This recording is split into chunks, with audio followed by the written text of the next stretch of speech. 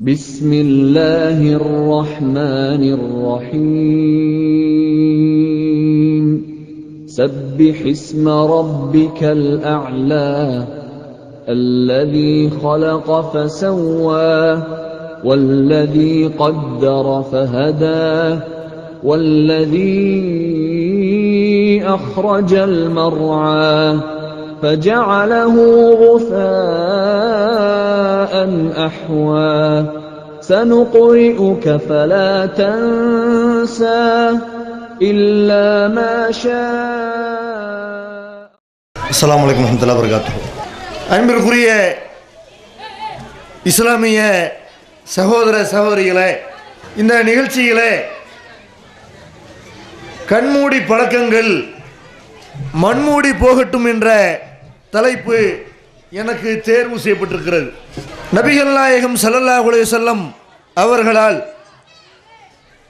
அவர்களுடைய காலத்தோடு முழுமைப்படுத்தப்பட்ட இந்த மார்க்கத்தில் நபிகள் நாயகம் அவர்கள் காலத்திற்கு பிறகு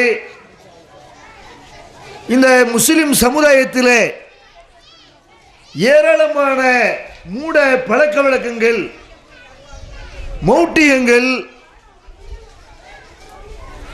மார்க்கத்தின் பெயராலேயே நடைமுறைப்படுத்தப்படுகிற காட்சியை நாம் பார்க்கிறோம். இந்த மூட பழக்க வழக்கங்களை நாம் கண்டிக்கும் பொழுது தர்கா வழிபாடு நபிகள் நாயகம் காலத்துக்கு பிறகு உண்டாக்கப்பட்ட ஒரு வழிகேடு என்று நாம் சொல்லும் பொழுது மௌலிது, கத்தம், ஃபாத்தியாக்கள், தகடு தாயத்துகள் இதெல்லாம் நபிகள் நாயகம் ஸல்லல்லாஹு அலைஹி வஸல்லம் காலத்துக்கு பிறகு இந்த சமுதாயத்திலே நுழைந்த வழிகேடுகள் என்று நாம் அடையாளம் காட்டும் பொழுது அதற்கு மார்க்க ரீதியாக ஆதாரங்களை காட்ட இயலாதவர்கள், பதில் சொல்ல முடியாதவர்கள் தங்களுடைய முன்னோர்களை ஆதாரம் காட்டுகிற காட்சியை நாம் பார்க்கிறோம். நீங்கள் சொல்லுகிற இந்த காரியங்கள், இந்த மூட நம்பிக்கைகள் என்று எதை நீங்கள் பட்டியலிடுகிறீர்களோ அதையெல்லாம் எங்களுடைய முன்னோர்கள் தான் உண்டாக்கினார்கள். அப்படியானால் எங்கள் அப்பன் பாட்டன்மார்கள் இதில் தவறு செய்து விட்டார்களா? அல்லது இன்றைக்கு இருக்கிற மார்க்க அறிஞர்கள், மௌலவிமார்கள் அவர்களுக்கு இதெல்லாம் மூட நம்பிக்கை என்று தெரியாதா? ஊர்ல இருக்கிற அனைவருமே வழிகேடர்கள், நீங்க கொஞ்சம் பேர் சொல்வது மட்டும்தான் நேர் வழியா என்று இந்த முஸ்லிம் சமுதாயம் என்ன நினைக்கிறார்கள் என்றால், திருமறை குர்ஆனில் இல்லாததை செய்கிறோம் என்று அவர்கள் நினைக்கவே கிடையாது. அல்லாஹ்வுடைய ரசூல் சொல்லாததை அவங்க காட்டாத செய்கிறோமே, இது மார்க்கத்தில் இல்லாத பழக்கமாகிவிட்டது என்று முஸ்லிம்கள் நினைப்பது கிடையாது. அவர்கள் என்ன நினைக்கிறார்கள்?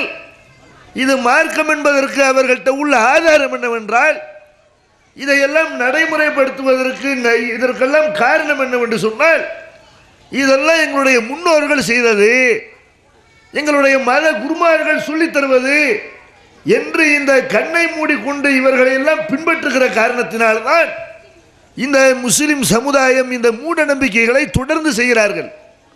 அதனால முஸ்லிம்கள் யாரையும் கண்மூடி பின்பற்றலாமா என்ற ஒரு அடிப்படையை முஸ்லிம்கள் விளங்காத வரைக்கும் இந்த மூட நம்பிக்கைகளை, மூட பழக்க வழக்கங்களை ஒரு காலத்திலே ஒழிக்கவே முடியாது. இந்த முன்னோர்களை பின்பற்றுகிற இந்த வழக்கம் இருக்கு பாருங்க, இது ஏதோ முஸ்லிம்கள்ட்ட மாத்திரம் உள்ள தொட்டி கொண்டிருக்கிற பழக்கம் கிடையாது. நீங்கள் முஸ்லிம் அல்லாத சமுதாயத்திலையும் கூட எத்தனையோ பேரை பார்க்கலாம். படித்தவர்கள் என்று சொல்கிறார்கள், பட்டம் பெற்றவர்கள் என்று சொல்கிறார்கள், இந்த உலகத்துக்கு சட்டத்தை, நாட்டுக்கு சட்டத்தை நாங்கள் தான் உருவாக்கி கொடுத்தோம் என்று சொல்பவர்கள் இருக்கிறார்கள். பெரும் பெரும் விஞ்ஞானிகள் இருக்கிறார்கள். இவர்களை எல்லாம் நீங்கள் எடுத்து பாருங்கள். எல்லோருமே அவர்கள் எவ்வளவு பெரிய அறிவாளியாக இருந்தாலும் முன்னோர்கள் செய்ததை நம்ம மாற்றக்கூடாது, அதில் போய் நம்ம எதையும் ஆய்வு செய்யக்கூடாது. முன்னோர்கள் செய்து விட்டார்களே ஆனால் அது முட்டாள்தனமாக இருந்தாலும் சரி, அது மூட நம்பிக்கையாக இருந்தாலும் சரி, அது அறிவுக்கு பொருத்தமில்லாத காரியங்களாக இருந்தாலும் சரி, முன்னோர்கள் செய்து விட்டார்களே ஆனால் அதுக்கு அப்பீலே கிடையாது. அதை நாம் சிந்திக்கவே கூடாது என்று அப்படி நினைக்கிற காட்சியை பார்க்கிறோம். இந்த மூட நம்பிக்கைகள், முன்னோர்களை பின்பற்றுகிற அந்த பழக்கம் எல்லோரையுமே தொற்றி கொண்டிருக்கிற காட்சியை நீங்கள் பார்க்கலாம். தொலைக்காட்சி பெட்டியை உண்டாக்கிட்டோம்ங்கிறான், கம்ப்யூட்டரை கண்டுபிடிச்சோம் அப்படிங்கிறான், ராக்கெட்டை விட்டுட்டோம் அப்படிங்கிறான், சேட்டலைட்டை உண்டாக்கிட்டோம் அப்படிங்கிறான். இப்படி உலகத்தில் எண்ணற்ற கண்டுபிடிப்புகளை உண்டாக்குன எவனை நீங்கள் பார்த்தாலும் சரி, அவன் அறிவுல இந்த உலகத்தில் உள்ளதை கண்டுபிடிக்கிறதுல எவ்வளவுதான் முன்னேறினாலும் சரி, முன்னோர்கள் சொன்னதை எவனாவது சிந்திச்சு பார்க்கிறானா? அதை நம்ம ஆய்வு பண்ணுவோம், அதை நம்ம உரசி பார்ப்போம் என்று சிந்திக்கிறானா? சிந்திக்கிறது கிடையாது. அதனால தானே கல்லவனுங்கிறான், படிச்சிருக்கிறான், பெரிய விஞ்ஞானியா இருக்கிறான், பட்டதாரியா இருக்கிறான், ஒரு கல்லுக்கு முன்னாடி போய் கூனி குறுகி நிற்கிறானா இல்லையா? இது நம்மளே உருவாக்கிய கல், இது நம்ம செதுக்கினது, இதை போய் நம்ம எப்படி வணங்குறது என்று சிந்திக்கிறானா? இந்த சிலை வழிபாடை அவர்கள் செய்வதற்கு என்ன காரணம்? படிக்காதவர்கள், ஏதோ முட்டாள்கள், பாமரர்கள் இந்த வழிபாட்டில் ஈடுபடவில்லை. படித்தவர்களும் அப்படித்தான் இருக்கிற காட்சியை பார்க்கிற பெரிய நீதிபதிங்கிறான். சுப்ரீம் கோர்ட் நீதிபதியா இருந்தாலும் சரி, அவன் ஒரு சிலைக்கு முன்னாடி கூல கும்பிடு போடுறானா இல்லையா? தீண்டாமை கற்பிக்கிறானா இல்லையா? நல்ல விஞ்ஞானத்தில் எங்கேயோ முன்னேறிட்டுங்கிறான், நாகரிகத்தில் வளர்ச்சி பெற்றுட்டோம்னு சொல்றான். ஆனாலும் இவன் கடவுளுடைய காலில் பிறந்தவன், நான் கடவுளுடைய தலையில பிறந்தவன் இப்படின்னு எங்களுடைய முன்னோர்கள் சொல்லி தந்திருக்கிறார்கள். அதனால நான் எவ்வளவு பெரிய இடத்துல இருந்தாலும் சரி, இவன் தாழ்ந்தவன், நான் ஒசந்தவங்கிற இந்த பாகுபாட்டை எங்களுடைய முன்னோர்கள் சொல்லி தந்தார்கள், நாங்கள் கடைபிடிக்கத்தான் செய்வோம். இருக்கிறானா இல்லையா? அதே மாதிரி பார்க்குறேன், காசு பணத்தை பண்டிகை நாள் என்று வந்துவிட்டால் நல்ல அந்த பண்டிகை புத்தாடை உடுத்தி அப்படி மகிழலாம், கொண்டாடலாம், அவன் வழிபாட்டு தலத்துக்கு செல்லலாம். ஆனாலும் பண்டிகை கொண்டாடுகிறோங்கிற பேரில் லட்சக்கணக்கான ரூபாய்களை, கோடிக்கணக்கான ரூபாய்களை கரியாக ஆக்குகிறார்கள் இல்லையா? இதுக்கெல்லாம் காரணம் என்ன? காலகாலமாக நடக்குது, எல்லாரும் செய்யறான். இது காசை கரியாக்குறது முட்டாள்தனம் என்றாலும் சரி, இதனால மருத்துவ ரீதியாக இன்றைக்கு உலகத்துக்கு அதனால பெரிய பாதிப்பு ஏற்பட்டாலும் சரி, நமக்கு பாதிப்பு ஏற்பட்டாலும் சரி, காலகாலமாக நடக்குதா இல்லையா என்று அந்த மாசை அசுத்தப்படுத்துகிறார்களா இல்லையா? இப்போ முன்னோர்களை பின்பற்றுகிற பழக்கம் நிறைய பேர் செய்து விட்டார்களே, ஆனால் அது தப்பாக இருந்தாலும் அதை ஃபாலோ பண்ணுகிற பழக்கம் எல்லா சமுதாயத்திலும் இருக்கிற காட்சி நீங்கள் பார்க்கிறீர்கள். இந்த பழக்கம் கூட இப்போ ஏற்பட்ட பழக்கம் கிடையாது. ஆதி காலத்தில் இருந்த யாரெல்லாம் அசத்திய கொள்கையில் இருக்கிறார்களோ அவர்கள் தங்களுடைய அசத்தியத்தை, தங்களுடைய மனோ இச்சை சொல்வதை நியாயப்படுத்துவதற்கு எவன் மேலையா இப்படி பழிய போட்டு ஊரில் எல்லாம் செய்கிறான்ல, எங்கள் அப்பா மாட்ட செஞ்சான்ற இப்படின்ட்டு அவர்கள் மீது பழி போட்டு கொண்டு தங்களுடைய இந்த மூட நம்பிக்கைகளை அரங்கேற்றுவதற்கு விட முடியாத இவருடைய பழக்க வழக்கங்களை, தீய பழக்க வழக்கங்களை நடைமுறைப்படுத்துறதுக்கு இப்படி அவர்கள் யார் மேலேயாவது பழி போடுகிற காட்சியை பார்க்கிறோம்.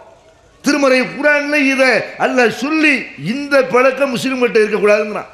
இந்த மாதிரி முன்னோர்கள் மேலே பழி போட்டு அல்லாஹ் சொல்லாத, ரசூல் சொல்லாத எல்லாம் மார்க்கம்ங்கிற பேரில் செய்கிற அந்த பழக்கத்தை கைவிடுங்கள், முன்னோர்களை கண்மூடி பின்பற்றுகிற பழக்கத்தை கைவிடுங்கள் என்றெல்லாம் இந்த இஸ்லாத்திற்கு எதிரிகளாக அன்றைக்கு இருந்தவர்கள் அவங்க தான் முன்னோர்களை பின்பற்றி கொண்டிருந்தார்கள், கண்மூடி பின்பற்றினார்கள் என்று அல்லாஹ் சொல்கிறான்.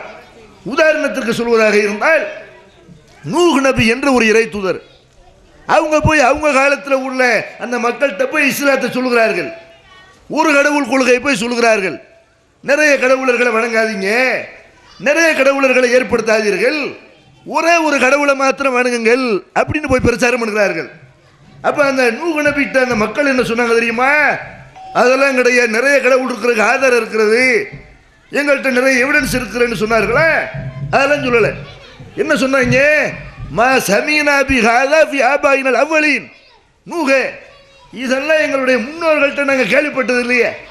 எப்போ எங்கள் அப்பம் பாட்டன் சொல்லாதது அவனுக்கு தெரியாது, உங்களுக்கு தெரிஞ்சு போச்சா? நீ புது கொள்கைகளை சொல்ற, எது சரி எது தப்புண்டு நல்லவர்கள் ஆய்வு பண்ணி ஏற்பார்கள், கெட்டவர்கள் தவறான கொள்கையில் உள்ளவர்கள் என்ன செய்வான்டா, அவனுக்கு நல்லது கெட்டதுன்னு ஆய்வு பண்ண மாட்டான். அதை செயல்படுத்துவதற்கு யார் மேலேயே பழிய தூக்கி போடுவான். நூஹ் நபி காலத்தில் வாழ்ந்த அந்த மக்கள் அப்படித்தான் சொன்னார்கள். நீங்கள் சொல்கிற புதுசாக இருக்கிறது, இன்னைக்கு சொல்கிறாங்கல்ல, இன்றைக்கு நம்ம போய் தர்கா வழிபாடு இது ஓரிரை கொள்கைக்கு எதிரான காரியம், இது ஒரு மூட நம்பிக்கை, இது ஒரு ஷிர்க்கு, நரகத்துக்கு கொண்டு சேர்க்கக்கூடிய ஒரு காரியம் நம்ம போய் பிரச்சாரம் பண்ணும் பொழுது புதுசு புதுசாக சொல்றாங்க. அப்போ எங்கள் அப்பா பாட்டெல்லாம் முட்டாளா, அவன் நரகத்துக்கு போவான்னு கேட்குறான் பாருங்க.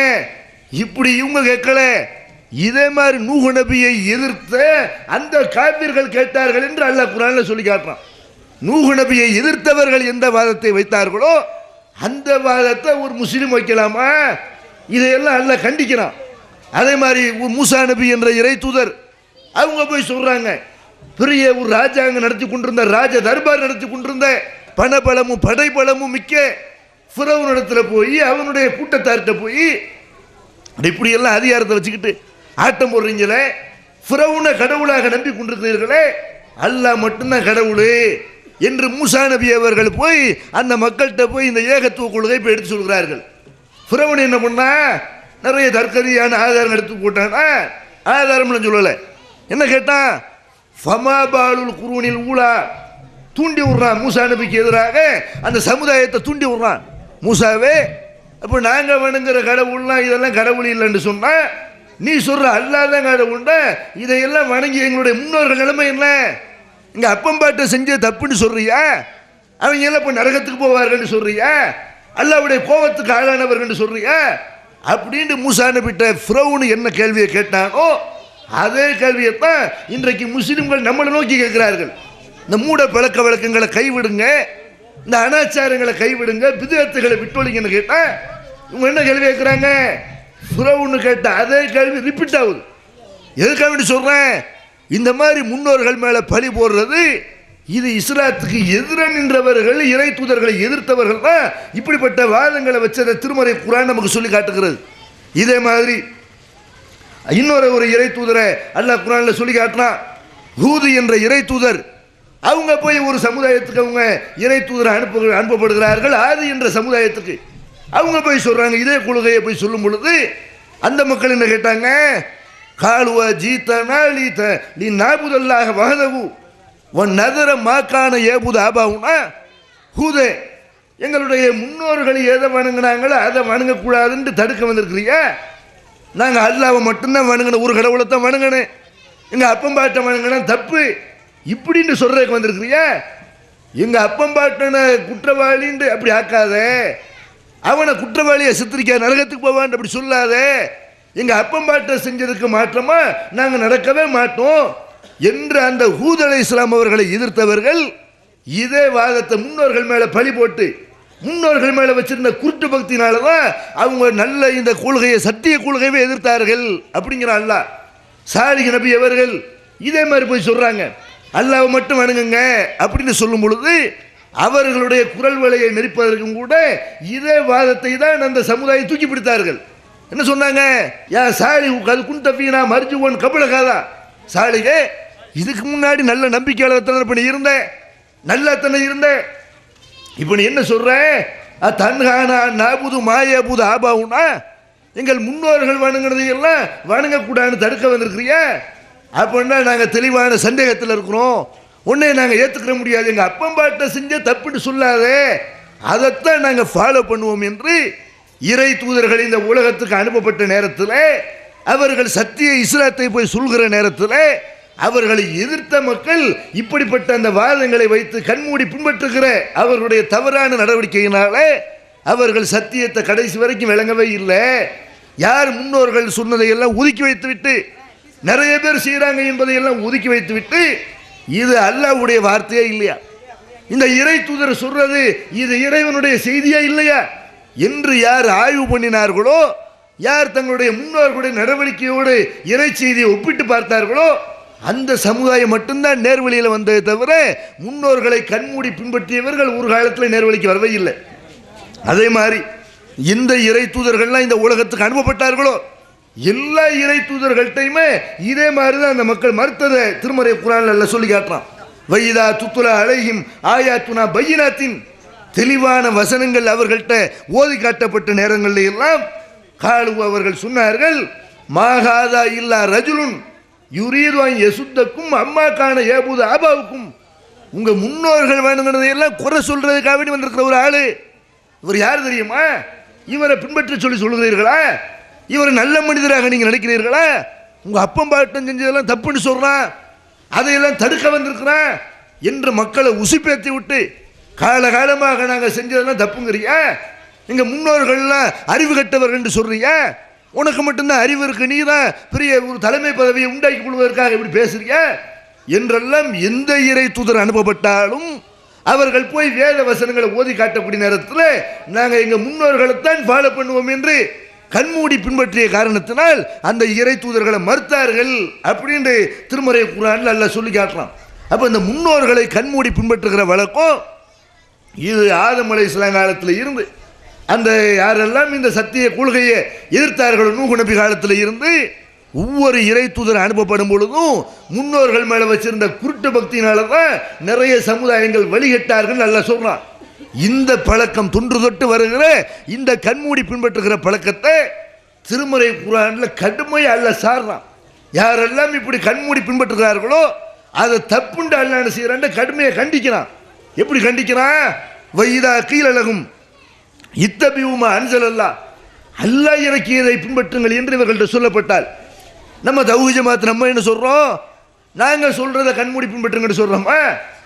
முன்னோர்களை கண்மூடி பின்பற்றாதீங்கன்னு சொல்லக்கூடிய நாங்கள் பெரும்பான்மை செய்கிறாங்கன்னு அவங்கள கண்மூடி பின்பற்றாதீர்கள் அப்படின்னு சொல்கிற நாங்கள் மார்க்க அறிஞர்கள் மூளைமார்களை கண்மூடி பின்பற்றாதீர்கள் அப்படின்னு சொல்கிற நாங்கள் எங்களை கண்மூடி பின்பற்ற சொல்லுவோமா? நாங்கள் என்ன சொல்கிறோம்? அல்லாஹ் இறக்கிய வேதம் என்ன சொல்லுதுன்னு பாருங்க, அதுக்கு நம்ம எல்லாரும் சேர்ந்து கட்டுப்படுவோம் அப்படின்னு சொல்கிறோம். அல்லாஹ்வுடைய ரசூலுக்கு அவன்கிட்ட இருந்து அல்லாஹ்ட்ட இருந்து என்ன வஹியை இறக்கப்பட்டதோ அதை நம்ம எல்லாரும் சேர்ந்து பார்ப்போம். அதில் என்ன சொல்லப்பட்டிருக்கு? தர்கா வழிபாடு கூடுமா கூடாதா? கூடும்டா அங்கிட்டு போயிடுவோம், கூடாதுதான் இங்கிட்டு வந்துருங்க. இப்படின்னு நம்ம அல்லாஹ்வுடைய வேதத்தை பின்பற்றுங்க, ரசூலுடைய போதனை பின்பற்றுங்கன்னு சொல்கிறோம். அப்போ இங்கே உள்ள மக்கள்லாம் முஸ்லீம்கள்லாம் என்ன சொல்கிறாங்க? இந்த மாதிரி தான் நபிகள் நாயகம் ஸல்லல்லாஹு அலைஹி வஸல்லம் காலத்தில் உள்ள அந்த மக்கள் பதில் சொன்னார்கள். அல்லாஹ் குர்ஆன்ல சொல்லி காட்டுறான். காலு பல் நத்தபியு மா அல்ஃபைன அலைஹி அபானா, எங்கள் முன்னோர்களை எந்த வழியை நடக்க கண்டோமோ அந்த வழியை எங்களுக்கு போதும், அந்த வழியை தான் நாங்கள் ஃபாலோ பண்ணுவோம், நீ ஒரு புது வழியை கொண்டு வராத இப்படின்ட்டு சொல்றாங்க. அப்படின்னு சொல்லிட்டு அல்லாஹ் சொல்றான், அவ்வளவுக்கான ஆபாவும் லா ஏகிலூன ஷையன் வலா யஹ்ததூன், இவர்களுடைய முன்னோர்கள் எதையும் சிந்திக்காதவர்களாக நேர்வழி பெறாதவர்களாக இருந்தாலும் இவங்க அவங்கள பின்பற்றுவார்களா? அட முன்னோர் நேர்வழியை தெரிஞ்சிருந்தானா, மார்க்கத்தை படிச்சிருந்தானா நீ ஆய்வு பண்ண மாட்டியா? அல்லாஹ் சொன்ன மாதிரி தான் நடந்தான் என்று 100% பின்பற்றுவியா? அவன் வழியேட்டில் இருந்தவனுடைய நிலைமை என்ன அப்பவும் ஃபாலோ பண்ணுவியா? அவன் மார்க்கத்தை அறியாதவனா இருந்தாலும் அப்பவும் ஃபாலோ பண்ணுவியா என்று அல்லாஹ் கடுமையை கண்டிக்கிறான். அதே மாதிரி இன்னொரு வசனத்தில் சொல்றான், இதா கீழலகும் தாளவு இலாமா அன்சலல்லாஹு இலர் ரசூல், அல்லாஹ்வின் பக்கம் வாருங்கள், இந்த தூதரின் பக்கம் வாருங்கள் என்று அவர்களுக்கு சொல்லப்படுமையானால் காலு ஹஸ்புனா மா வஜத்னா அலைஹி ஆபானா, எங்கள் முன்னோர்களை எந்த வழி நடக்க கண்டோமோ அந்த வழியே போதும் என்று இவர்கள் சொல்கிறார்கள். அவ்வளவுக்கான ஆபாவும் லா ஏலமூன செய்யும் உலா எகத்ததும், அவருடைய முன்னோர்கள் எதையும் விளங்காதவர்களாக நேர்வழி பெறாதவர்களாக இருந்தாலும் இவங்க அவங்களை பின்பற்றுவார்களா அப்படின்னு நல்லா கேட்கிறான். இன்னொரு வசனத்தில் அவ்வளவுக்கான ஷைத்தானு எதுவும் இல்ல அதாபி சயிர், இவர்களுடைய முன்னோர்களையும் இவர்களையும் கொழுந்து விட்டறியக்கூடிய நரக நெருப்புக்கு ஷைத்தான் அழைத்தாலும் இவர்கள் பதில் தருவார்களா? அட முன்னோர்கள் செய்கிற வழி சொர்க்கத்துக்கு போகிற வழியை செஞ்சானா நரகத்துக்கு போகிற வழியை செஞ்சானா நீ ஆய்வு பண்ண மாட்டியா அப்படின்னு அல்லாஹ் என்ன செய்கிறான்னா இந்த மாதிரி கண்மூடி பின்பற்றுகிற வழக்கத்தை கடுமையாக கண்டிக்கிறான். இன்னும் சொல்ல போனால் நபிகள் நாயகம் ஸல்லல்லாஹு அலைஹி வஸல்லம் அவர்கள் ஆரம்ப காலத்தில் செய்த பிரச்சாரம் மக்காவில் இருக்கும்போது பண்ணாங்க பாருங்க. ஒரு சில விஷயங்களை தான் மதீனாவில் வந்த பிறகுதான் நிறைய சட்டங்கள். ஆரம்பத்தில் மக்காவில் இருந்த காலத்தில் எல்லாம் அடிப்படையாக 1-2 விஷயங்களை தான் 13 வருஷ காலமாக நபிகள் நாயகம் ஸல்லல்லாஹு அலைஹி வஸல்லம் திரும்ப திரும்ப சொன்னார்கள். அவங்க ஆரம்ப காலத்தில் சொன்ன மெசேஜில் முக்கியமான மெசேஜ் என்ன தெரியுமா? அபூ சுஃபியான் அவர்கள்ட்ட, அபூ சுஃபியான் இப்போ இஸ்லாத்தை ஏற்றுக்கிறல, அவர்கிட்ட ஹெர்குலிஸ் மன்னர், ஹிர்கல் நாட்டை சேர்ந்த அந்த மன்னர் ஹெர்குலிஸ் என்ன செய்யறாருன்னு கேட்டால் அவர் இந்த நபிகள் நாயகம் ஸல்லல்லாஹு அலைஹி வஸல்லம் அவங்களை பற்றி விசாரிக்கிறார். அப்போ எப்படி விசாரிக்கிறாருன்னா, இந்த முகமதுன்னு ஒருத்தர் வந்திருக்கிறார்ல, அவருடைய நிலைமை என்ன, அவர் உங்களுக்கு என்ன போதிக்கிறாரு என்றெல்லாம் இஸ்லாத்தின் எதிரியாக இருந்த அபூ சுஃபியான்கிட்ட விசாரிக்கும் பொழுது அப்போ அபூ சுஃபியான் நபிகள் நாயகத்தினுடைய அந்த போதனையை அவர் அழகாக சொல்லி காட்டுறாரு. எப்படி சொல்றாரு? முகமது என்ன சொல்றாருன்னு கேட்டால், ஓபுதுல்லா வலா துஷிரிக்கு பிகி செய்யா, அல்லாவுக்கு இணை வைக்காமல் அவனை மாத்திரம் வணங்குங்கள் அப்படின்னு முகமது சொல்றார். ஒரே ஒரு கடவுளை தான் வணங்கணும், வேற கடவுளை வணங்கக்கூடாது அப்படிங்கிறார். வத்ருக்கு மாயக்கூழ் ஆபாவுக்கும், உங்கள் முன்னோர்கள் சொன்னார்கள்ங்கிற பேச்சை விட்டு விடுங்கள், நிப்பாட்டி விடுங்கள். இனிமே நீங்க என்ன செய்யக்கூடாது, முன்னோர் மேல பழி போடுற வேலை வச்சுக்கிற கூடாது. முன்னோர் சொன்னாங்க அப்பம்பாட்டு செஞ்சான்னு சொல்லிடலாம் காரணம் கற்பித்து கொண்டு நீ வழிகேட்டில் இருக்காத, அதை தூக்கி எறிந்து விட்டு இஸ்லாத்துக்கு வா என்று நபி அந்த முகமது சொல்லுகிறார் என்று அவர் சொல்றாருன்னு சொன்னால் நம்ம என்ன விளங்குறோம், நபிகள் நாயகம் ஸல்லல்லாஹு அலைஹி வஸல்லம் இந்த கண்மூடி பின்பற்றுகிற பழக்கத்தை முதல்ல கைவிட வேண்டும் என்றுதான் ஆரம்பத்தில் முஸ்லிம்களுக்கு போதனை செய்கிறார்கள். என்ன போதனை செய்கிறாங்க, நான் சொல்றதை நீங்க ஏத்துக்கிறீங்க, அப்பம்பாட்டை செஞ்சாண்டு அந்த கண்மூடி பின்பற்றுகிற பழக்கத்தை கைவிடுங்க. இதைத்தான் ஆரம்பத்தில் திரும்ப திரும்ப சொன்னார்கள். ஏகத்துவ கொள்கையை சொன்ன மாதிரி, மறுமை நம்பிக்கையை சொன்ன மாதிரி, அல்லாஹ்வுடைய ரசூல் ஆரம்ப காலத்தில் அந்த மக்கள்கிட்ட இருக்கவே கூடாது என்று நினைத்த பழக்கம் என்ன, அந்த அப்பம் பாட்டாங்கிற பேச்சை நிப்பாட்டு, அல்லாஹ் என்ன சொன்னான்னு பாரு, அல்லாஹ்வுடைய ரசூல் நான் என்ன சொல்றேன்னு பாரு. இதைத்தான் அல்லாஹ்வுடைய ரசூல் ஆரம்ப காலத்திலேயே சொல்லியிருக்கிறார்கள். தன்னுடைய கடைசி காலத்தில் கூட இந்த மக்களை ஒரு ஏகத்துவ சிந்தனையின் அடிப்படையில் ஒரு பகுத்தறிவு மிக்க ஒரு சமுதாயமாக அந்த சமுதாயத்தை வார்த்தி எடுத்த பிறகு, பக்குவப்படுத்திய பிறகு கடைசி ஹஜ்ஜில் சொன்னார்கள். என்ன சொன்னார்கள், லட்சக்கணக்கான முஸ்லிம்கள் திரண்ட அந்த அரஃபா பெருவெளியில் சொன்னார்கள், அலா வ இன்ன குல்லி ஷைஇன் மின் ஐயாமில் ஜாஹிலியத்தி மௌலூன் அலா கதமைய, அறியாமை காலத்து அனைத்து பழக்க வழக்கங்களும், கண்மூடி பின்பற்றிய உங்களுடைய முன்னோர்கள் செய்த அனைத்து மூட பழக்க வழக்கங்களும் மூட நம்பிக்கைகளும் என் காலுக்கு கீழே போட்டு நான் மிதித்து விட்டேன் என்று நபிகள் நாயகம் ஸல்லல்லாஹு அலைஹி வஸல்லம் எல்லா மூட பழக்க வழக்கங்களும் இன்றோடு ஒழிக்கப்பட்டு விட்டது, மிதித்து தரையோட தரையாக்கப்பட்டு விட்டது என்று சொன்னார்கள். அப்ப நபிகள் நாயகம் ஸல்லல்லாஹு அலைஹி வஸல்லம் அவர்கள் எந்த மூட பழக்க வழக்கத்தை கண்மூடி பின்பற்றுகிற பழக்கத்தை காலுக்கு கீழே போட்டு மிதிச்சிட்டேன், அறிவுள்ள ஒரு சமுதாயத்தை, ஆய்வு பண்ணுகிற ஒரு சமுதாயத்தை, அல்லாஹ் ரசூல் என்ன சொல்லி இருக்கிறார்கள் என்று தெரிந்து கொண்டு அந்த அடிப்படையில் நடக்கிற ஒரு சமுதாயத்தை உருவாக்கி விட்டேன் என்று சொன்ன இந்த மார்க்கத்தை கடைபிடிக்கிற முஸ்லிம்களுடைய நிலைமை என்ன, அல்லாஹ் சொன்னதை பார்க்கிறார்களா, அல்லாஹ்வுடைய ரசூல் சொன்னதை பார்க்கிறார்களா, குர்ஆன் என்ன சொல்லுதுன்னு குர்ஆனுடைய தமிழாக்கத்தை படித்து அதன் அடிப்படையில் தங்களுடைய வாழ்க்கையை அமைத்துக் கொண்டிருக்கிறார்களா? முஸ்லிம் சமுதாயத்தில் என்ன நிலைமை நிலவுது, ஃபிரௌன்ட்ட என்ன கொள்கை இருந்ததோ அதே கொள்கை இன்றைக்கு முஸ்லிம்கள்ட்ட இருக்கிறது. ஓரளவுக்கு இந்த மூட பழக்க வழக்கங்களை மூட்டியங்களை எல்லாம் நம்ம ஒழிச்சுக்கிட்டே வந்திருக்கிறோம். பெரிய ஒரு மாற்றம் இன்றைக்கு தமிழகத்தில் ஏற்பட்டிருக்கிறது. தமிழ் பேசுகிற முஸ்லிம்கள் இன்றைக்கு இந்த தர்கா வழிபாடு மூழுது கத்தம்பாத்தியவெல்லாம் தப்பு என்று சிற்கு என்று விளங்கி வந்து விட்டார்கள். ஆனாலும் இன்னும் சில பகுதிகளில் அந்த மூட பழக்க வழக்கம் ஃபிரௌனுடைய கொள்கையை ஃபாலோ பண்ணுகிற பழக்கம். என்ன கொள்கை, இங்க அப்பம் பாட்டு செஞ்சது தான் எனக்கு வேணும், இதைத்தான் ஃபிரௌன் சொன்னா, இதைத்தான் அபூஜகல் சொன்னா, இதைத்தான் அபூலஹப் சொன்னா. அப்ப அந்த கொள்கையை இன்றைக்கு முஸ்லிம்கள் என்று சொல்லக்கூடியவர்கள் வைத்திருக்கிற காட்சியை பார்க்கிறோம். முஸ்லிம் சமுதாயத்தில் இந்த மூட பழக்க வழக்கங்கள் நபிகள் நாயகம் ஸல்லல்லாஹு அலைஹி வஸல்லம் அவர்கள் எந்த மூட பழக்க வழக்கங்களை காலுக்கு கீழே போட்டு மிதித்து விட்டேன் என்று சொன்னார்களோ அந்த மூட பழக்க வழக்கங்களை முன்னோர்களை கண்மூடி பின்பற்றுகிற பழக்க வழக்கம் இன்றைக்கு முஸ்லிம்களை தொற்று கொண்டிருக்கிற காட்சியை பார்க்கிறோம். அப்படி என்னவெல்லாம் முன்னோர்கள் பெயரால் மூட பழக்க வழக்கங்கள் மூட நம்பிக்கைகள் முஸ்லிம்கள்ட்ட இருக்குது, எதெல்லாம் மூட நம்பிக்கை தெரிஞ்சுக்கணுமா இல்லையா? இதையெல்லாம் முஸ்லிம்கள் மண்ணுக்கு கீழே போட்டு இதையெல்லாம் மிதிக்க வேண்டும் அப்படின்னு சொன்னால் இன்றைக்கு பார்க்கிறோம். இந்த சமுதாயத்தில் நோய் நொடி ஏற்பட்டு விட்டால், ஒரு ஆளுக்கு உடல்நல சரியில்லை என்று சொன்னால் மார்க்க அறிஞர்கிட்ட போய் நிற்கிறார்கள். நோய் நொடின்ற என்ன செய்யணும், மார்க்கத்தில் என்ன செய்யணும், மருத்துவம் பார்ப்பதற்கு இஸ்லாம் அனுமதிக்கிறது.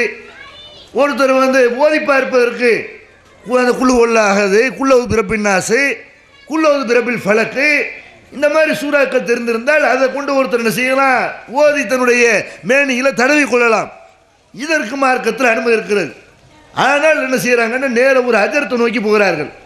அவர் என்ன செய்கிறாரு, அவர் டாக்டர் படிச்சிருக்கிறாரா, அவர் ஏதோ மாத்திரை மருந்து கொடுக்க போகிறாரா, ஒன்றும் இல்லை. அவர் என்ன செய்கிறாரு, உனக்கு காய்ச்சலா வயிற்று வலியா, இந்த தாயத்தை போட்டுக்க, இதை போட்டுக்கிட்டீங்கன்னா உடனே நோய் குணமாயிரும் அப்படிங்கிறார்.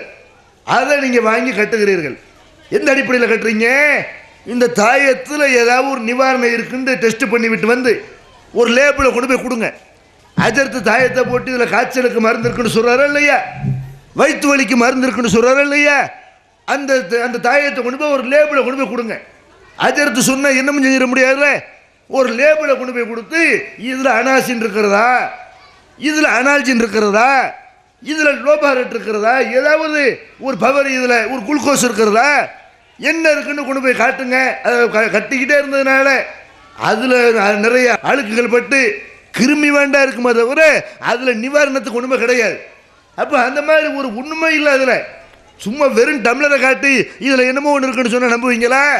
ஒரு நாளுன்னா கயிறை கொடுக்குறாரு, கயிறை கொடுத்து நீங்கள் என்ன செய்கிறீங்க, அஜர்த்து கையால் கொடுக்குறனால அவர் வந்து அதை ஓதி உள்ள எல்லாத்தையும் அடைக்கிறவராம். குரானை எல்லாம் அடைஞ்சிருவார், உள்ள அப்படி அடைச்சி திணிச்சு அதை எப்படி பார்க்கறது, அது அவருக்கு தான் தெரியும். அந்த மாதிரி திணிச்சு அடைச்சி கொடுத்தாருன்னா அவர் கையால் வாங்கினா நோய் குணமாயிரும் இப்படி நம்புகிறார்கள். இதை நியாயப்படுத்துறதுக்கு என்ன செய்கிறாங்க, இது இப்படி மூட நம்பிக்கை இல்லையா? இது இந்த கயிறில் என்ன நிவாரணம் இருக்குது, எப்படி நிவாரணம் இருக்குது நம்புற? ஒரு டாக்டர் கொடுக்குற ஊசியில் நிவாரணம் இருக்குன்னு நம்ம நம்பலாம், மருத்துவம் சொல்லுது. மருந்துகளில் நிவாரணம் இருக்குன்னு நம்பலாம். இது எப்படிப்பா, இதில் எப்படிப்பா நிவாரணம் கிடைக்கும்? அதெல்லாம் இல்லை, அஜர்த்து தராருல, காலகாலமாக நாங்கள் தாயத்தை போட்டுக்கிறோம்ல இப்படின்னு நினைக்கிறாங்களா இல்லையா? அப்போ அதில் நியாயப்படுத்திருக்கேன்னு சொல்கிறாங்க. அது குரான் தானே ஓதி ஊதுறாங்க, அதனால என்ன தப்பு இருக்கிறது? குரான் வசனம் தானே இருக்கிறது. குரான் வசனம் இருந்தால் குரான் வசனத்தை எப்படி பயன்படுத்தணும் மார்க்கம் சொல்லுது. இப்போ வந்து பசிச்சா இட்லி சாப்பிடுன்னு நம்ம சொல்கிறோம். பசிச்சா என்ன செய்யணும், சோறு திண்டா பசி அடங்க, இட்லி திண்டா பசி அடங்க, புரோட்டா திண்டா பசி அடங்க. ஒருத்தனை செய்கிறான், இட்லி 5 இட்லி நான் சாப்பிட்டேன்ட்டு ஒரு எழுதி கழுத்தில் தொங்க விட்டுக்கிறான், உடனே பசி அடங்கிருமா? ஆட சாப்பிட்டாதான் பசி அடங்க. நீ சோறு அள்ளி வாயில் போட்டால் தான் பசி அடங்குமா தவிர நான் சோறு திங்கிறேன் 2 தட்டு சோறு திங்கிறேன் எழுதி மாட்டினேன் பசி அடங்குமா? ஒரு டாக்டர் மருந்து சீடு எழுதி தர்றாரு, இதை கொண்டு போய் கடையில் வாங்கி சாப்பிட்டீங்கன்னா நோய் குணமாகுங்கிறாரு. ஒருத்தன் அதை வாங்கி கழுத்தில் மாட்டிக்கிறான், டாக்டர் சீட்டை வாங்கி கழுத்தில் மாட்டிக்கிறான்னா இதில் எப்படி நோய் குணமாகும்? அதை வாங்கி திண்டாதுன்னு நோய் குணமாகும். அப்போ மார்க்கத்தில் குரான் வசனங்களை கொண்டு ஓதி பார்க்கலாம்னா நீ ஓதிப்பாரு, அதை நீ படி, அதனால தான் நன்மை. தவிர அதை கழுத்தில் மாட்டி வச்சுக்கிட்டா, அதை வீட்டில் அப்படி எழுதி அப்படி ஒட்டி விட்டால் உடனே நோய் குணமாயிருமா, முசீபத்தில் போயிருமா? இது அல்லாஹ்வுடைய ரசூல் இதை பற்றி ஒன்றுமே பேசலைன்னு சொன்னா அப்போ அது பரவாயில்லன்னு விட்டுறான். ஏதோ மூட நம்பிக்கை தெரியாமல் செய்கிறாண்டு. இதை நபிகள் நாயகம் ஸல்லல்லாஹு அலைஹி வஸல்லம் கடுமையாக கண்டிக்கிறார்கள். இந்த அளவு கண்டிக்கிறாங்க. அல்லாஹ் மன்னிக்காத ஒரு பாவம் இந்த மார்க்கத்தில் சொல்லப்படுகிறதா இல்லையா? ஷிர்க், அல்லாஹ்வுக்கு இணை கற்பிக்கிறது. சிலையை வணங்குற ஒன்று தான், தாயத்தை நம்புறது ஒன்று தான். நீங்கள் சிலையை எப்படி நம்புகிறாங்க? கடவுளுடைய அந்த தன்மை பவர் இந்த சிலைக்கு இருக்கு நம்புகிறாங்களே, ஒரு கல்லுக்கு இருக்கு நம்புகிறாங்களே இல்லையா? அதை நீங்கள் எல்லாரும் ஷிர்க் என்று சொல்கிறீர்கள். அல்லாஹ்வை மட்டும்தான் வணங்கணும், சிலையை வணங்கணும் அது ஷிர்க், பாவம், நரகத்துக்கு போகிற பாவம் அப்படி நம்புறீங்களா இல்லையா? நபிகள் நாயகம் ஸல்லல்லாஹு அலைஹி வஸல்லம் சிலையை மட்டும் ஷிர்க்குன்னு சொல்லலை, இந்த தாயத்தை ஷிர்க்குங்கிறாங்க. எப்படி எல்லாம் சொல்கிறாங்க? நபிகள் நாயகம் ஸல்லல்லாஹு அலைஹி வஸல்லம் அவர்கள்ட்ட ஒரு கூட்டம் வருகிறார்கள், 10 பேர் கொண்ட ஒரு கூட்டம் இஸ்லாத்தை ஏற்பதற்காக வேண்டி வருகிறார்கள். வந்த நபிகள் நாயகம் ஸல்லல்லாஹு அலைஹி வஸல்லம் 9 பேர்கிட்ட அவங்க சொல்லக்கூடிய அந்த உறுதிமொழியை ஏற்று அவங்க இஸ்லாத்துக்கு வந்து அவங்கள வரவழைக்கிறார்கள். கலிமா சொல்லுங்க, அஷ்ஹது அல்லா இலாஹ இல்லல்லாஹ்னு சொல்லுங்க என்றெல்லாம் அவங்களுடைய அந்த உறுதிமொழியை ஏற்கிறார்கள். ஆனால் ஒரே ஒரு ஆளுகிட்ட கை எடுத்துட்டாங்க. ரசூலுல்லாஹ்வுடைய கையை பிடித்து கைக்கு மேலே அவங்களுடைய கையை வைத்து உறுதிமொழி எடுக்கிறார்கள். அல்லாஹ்வை தவிர நாங்கள் எதையும் வணங்க மாட்டோம், உங்களை தூதரை ஏற்றுக்கிறோம்னு 9 பேர் அல்லாஹ்வுடைய ரசூலுடைய கையில் உறுதிமொழி செய்து கொடுக்குறார்கள். 10வது ஆள் வந்து கை வைக்கும் போது கை எடுத்துட்டாங்க. ஏன் அவர்கிட்ட மட்டும் ஏன் உறுதிமொழி நீங்கள் வாங்கலை அப்படின்னு கேட்கும்போது ரசூலுல்லாஹ் சொல்கிறாங்க, இன்ன அழகி தமீமா, அவர் கையில் பாரு ஒரு தாயத்தை கிடக்கிறது, மண்ண அல்லக்க தமீமத்தன் பக்கத்து அசுரக்க, எவன் தாயத்தை துங்க விடுகிறானோ அவன் அல்லாஹ்வுக்கு இணை கற்பித்து விட்டான். இதனால இதையும் உதறி எறிஞ்சிட்டு அறுத்து எறிந்து விட்டு தான் நீ இஸ்லாத்துக்கு வரேன்னு சொல்லணும். இஸ்லாத்துக்குள்ள வரதா இருந்தாலும் என்ன கண்டிஷன் போடுறாங்க? தாயத்தை கலட்டி தூக்கி எறிஞ்சிட்டு வா. ஏன்னா அது மட்டும் என்ன நம்பிக்கை? அல்லாஹ் ஏற்படுத்துகிற ஒரு முசீபத்தை இந்த 4 நாள் தாயத்தை விரட்டி அடிச்சிருமா? அல்லாஹ் ஏற்படுத்துகிற ஒரு நோயை இந்த 4 நாள் தாயத்தை அடித்து விரட்டிடுமா? அட என்ன நீ அல்லாஹ்வை நம்புற மாதிரி அல்லாஹ்வுடைய பவர் இந்த தாயத்துக்கு இருக்கிறதா? இது ஷிர்க்கு. இதை கலட்டி தூக்கி எறிந்து விட்டு வந்தால்தான் உன்னுடைய உறுதிமொழியை ஏற்றுக்கிறவன் இஸ்லாத்துக்கு வந்து ஒத்துக்கொள்வேன் என்று அல்லாஹ்வுடைய ரசூல் சொல்கிறாங்கண்டா. இன்றைக்கு எத்தனை முஸ்லிம்கள் தங்களுடைய கழுத்துகளையும் கைகளையும் இந்த தாயத்தை போடுகிறார்கள்.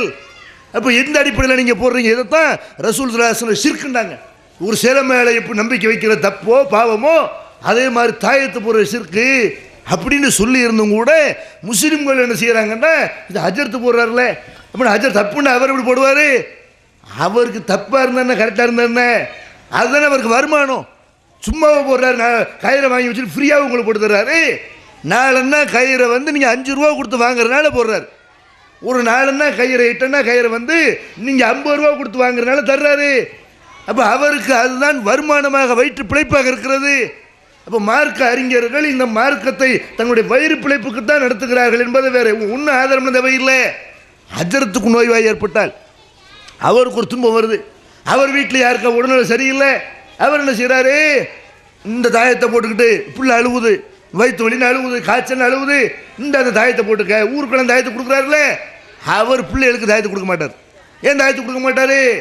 அவருக்கு நல்லா தெரியும் இதில் ஒன்றும் நிவாரணம் கிடையாது, இது சும்மா வருமானத்துக்கு நம்ம செய்கிறோம் அப்படிங்கிறனால தான் பிள்ளையை கூட்டிட்டு ஆஸ்பத்திரிக்கு போகிறார். கொண்டாட்டின்னா கூட்டிட்டு ஆஸ்பத்திரிக்கு போகிறார். தாய் தகப்பன்னு ஆஸ்பத்திரிக்கு கூட்டு போகிறதுக்கு என்ன காரணம்? அப்போ உங்களை ஏமாத்துறதுக்கு தான் இந்த தாயத்தை வியாபாரமே தவிர இந்த தாயத்தில் நிவாரணம் இல்லைன்னு அவருக்கு வழங்குதா இல்லையா? அப்போ ரசூல் ஸல்லல்லாஹு அலைஹி வஸல்லம் இதை ஷிர்க் என்று கடுமையான முறையில் கண்டிக்கிறார்கள். மார்க்க அறிஞர்களை கண்மூடி பின்பற்றுகிற காரணத்தினால முஸ்லிம்கள் அதை ஒரு நன்மை நினைத்து கொண்டு செய்கிற காட்சியை பார்க்குறோம். அதே மாதிரி நபிகள் நாயகம் ஸல்லல்லாஹு அலைஹி வஸல்லம் அவர்கள் ஒரு ஆள் கையில் கிடக்கிற ஒரு வளையத்தை பார்க்கிறார்கள். மஞ்சள் நிறத்தில் ஒரு வளையம் போட்டிருக்கிறார் ஒருத்தர். நபி ஸல்லல்லாஹு அலைஹி வஸல்லம் கேட்குறாங்க, இது என்னப்பா எதுக்கு போட்டிருக்கிறேன்? இது வந்து ஒரு தோல் நோய்க்காக வேண்டி நான் இதை போட்டிருக்கிறேன் அப்படிங்கிறார். அப்போ நபிகள் நாயகம் ஸல்லல்லாஹு அலைஹி வஸல்லம் சொல்கிறாங்க, இதை வந்து நீ கலட்டி எரிஞ்சிரு. ஏனென்று சொன்னால் இன்னஹா லா தஜீது இல்லா வஹனன், இது வந்து உனக்கு பலவீனத்தை தவிர வேற உன்னை உண்டாக்காது. ஃபஇன்னக லவ் மித்த வஹிய அலைக்க மா அஃப்லஹத அபதா, இதை அணிந்த நிலைமையில் நீ மூத்தா போய்விட்டாயானால் நீ ஒரு காலத்தில் வெற்றி அடைய முடியாது அப்படிங்கிறாங்க. எதுக்கு சொல்கிறாங்க? இந்த மந்திரிச்சு தாயத்து போடுறது, வளையம் போடுறது, கயிறு போடுறது, இது வந்து மறுமையில் உனக்கு வெற்றியை தராது, நீ மறுமையில் வெற்றி அடைய முடியாது என்று நபிகள் நாயகம் ஸல்லல்லாஹு அலைஹி வஸல்லம் இவ்வளவு கடுமையாக கண்டித்திருக்க இவங்க என்ன செய்கிறாங்க? தாயத்து வியாபாரம் முஸ்லீம் சமுதாயத்தில் குடி கட்டி பறக்குது. அதுக்கெல்லாம் நாங்கள் இதெல்லாம் ஷிர்க்கு பாவம்னு அல்லாஹ்வுடைய ரசூல் சொல்கிறாங்கன்னு சொன்ன உடனே தான் ஆலிம் சாக்களுக்கு எங்கள் மேலே ஆத்திரம் வருது. எதுக்கு ஹஜ்ரத்துமார்கள் இன்றைக்கு மக்களை சில ஊர்களில் தூண்டி விடுகிறார்கள்? இவங்க குழப்பவாதி, இவங்க வழிகேடர்கள், இவங்க இஸ்லாம் சமுதாயத்தை ரெண்டாக்கி விட்டார்கள், ஊரில் குழப்பத்தை உண்டு பண்ணுகிறார்கள் என்றெல்லாம் மார்க்க அறிஞர்கள் கொந்தளிக்கிறாங்களே. ஏன் கொந்தளிக்கிறாங்க? அவங்க அடி வயிற்றில் நாங்கள் கை வைக்கணும்.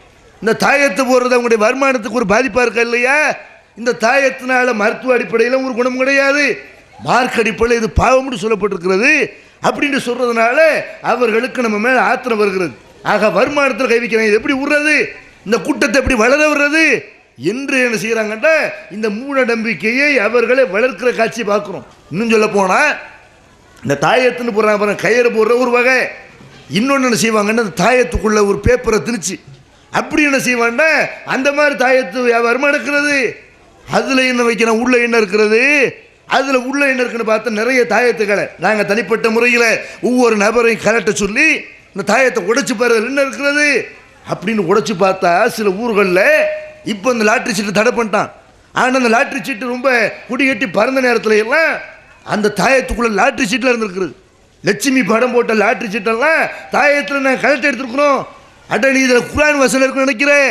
உள்ள லாட்ரி சீட்டு லட்சுமி படம் போட்ட, சரஸ்வதி படம் போட்ட லாட்ரி சீட்டு ஆலிம்சா வச்சிருக்கிறாரு.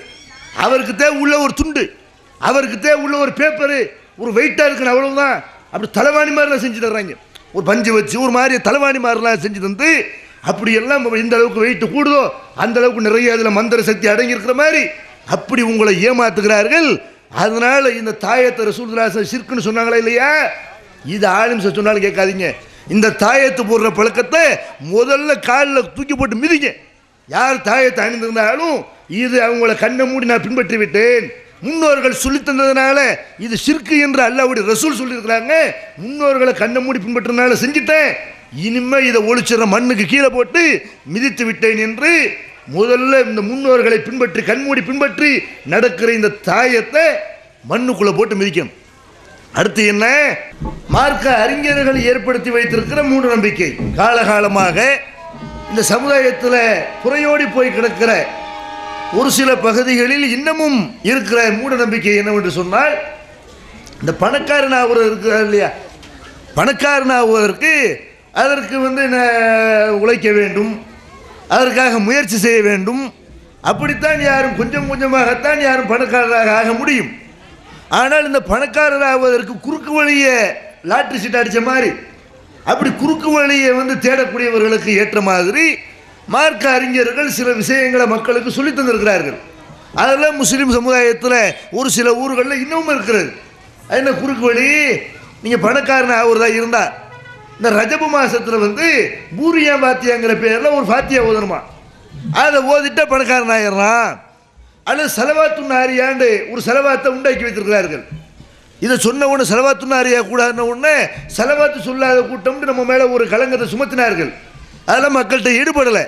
நம்ம செலவாத்துல இல்லை என்று சொல்லலை, செலவாத்து ஓத வேண்டும். செலவாத்து ஓதினால் அல்லாஹ்வுடைய ரசூலுடைய பரிந்துரை கிடைக்கும். நம்ம செலவாத்து ஓத வேண்டும் என்பது அல்லாஹ் நம்ம மேலே வைத்த கடமை, அதில் எல்லாம் மாற்று கருத்து கிடையாது. ஆனால் செலவாத்துல என்ன? ரசூல் ஸல்லல்லாஹு அலைஹி வஸல்லம் நமக்கு சொல்லி தந்தார்கள்.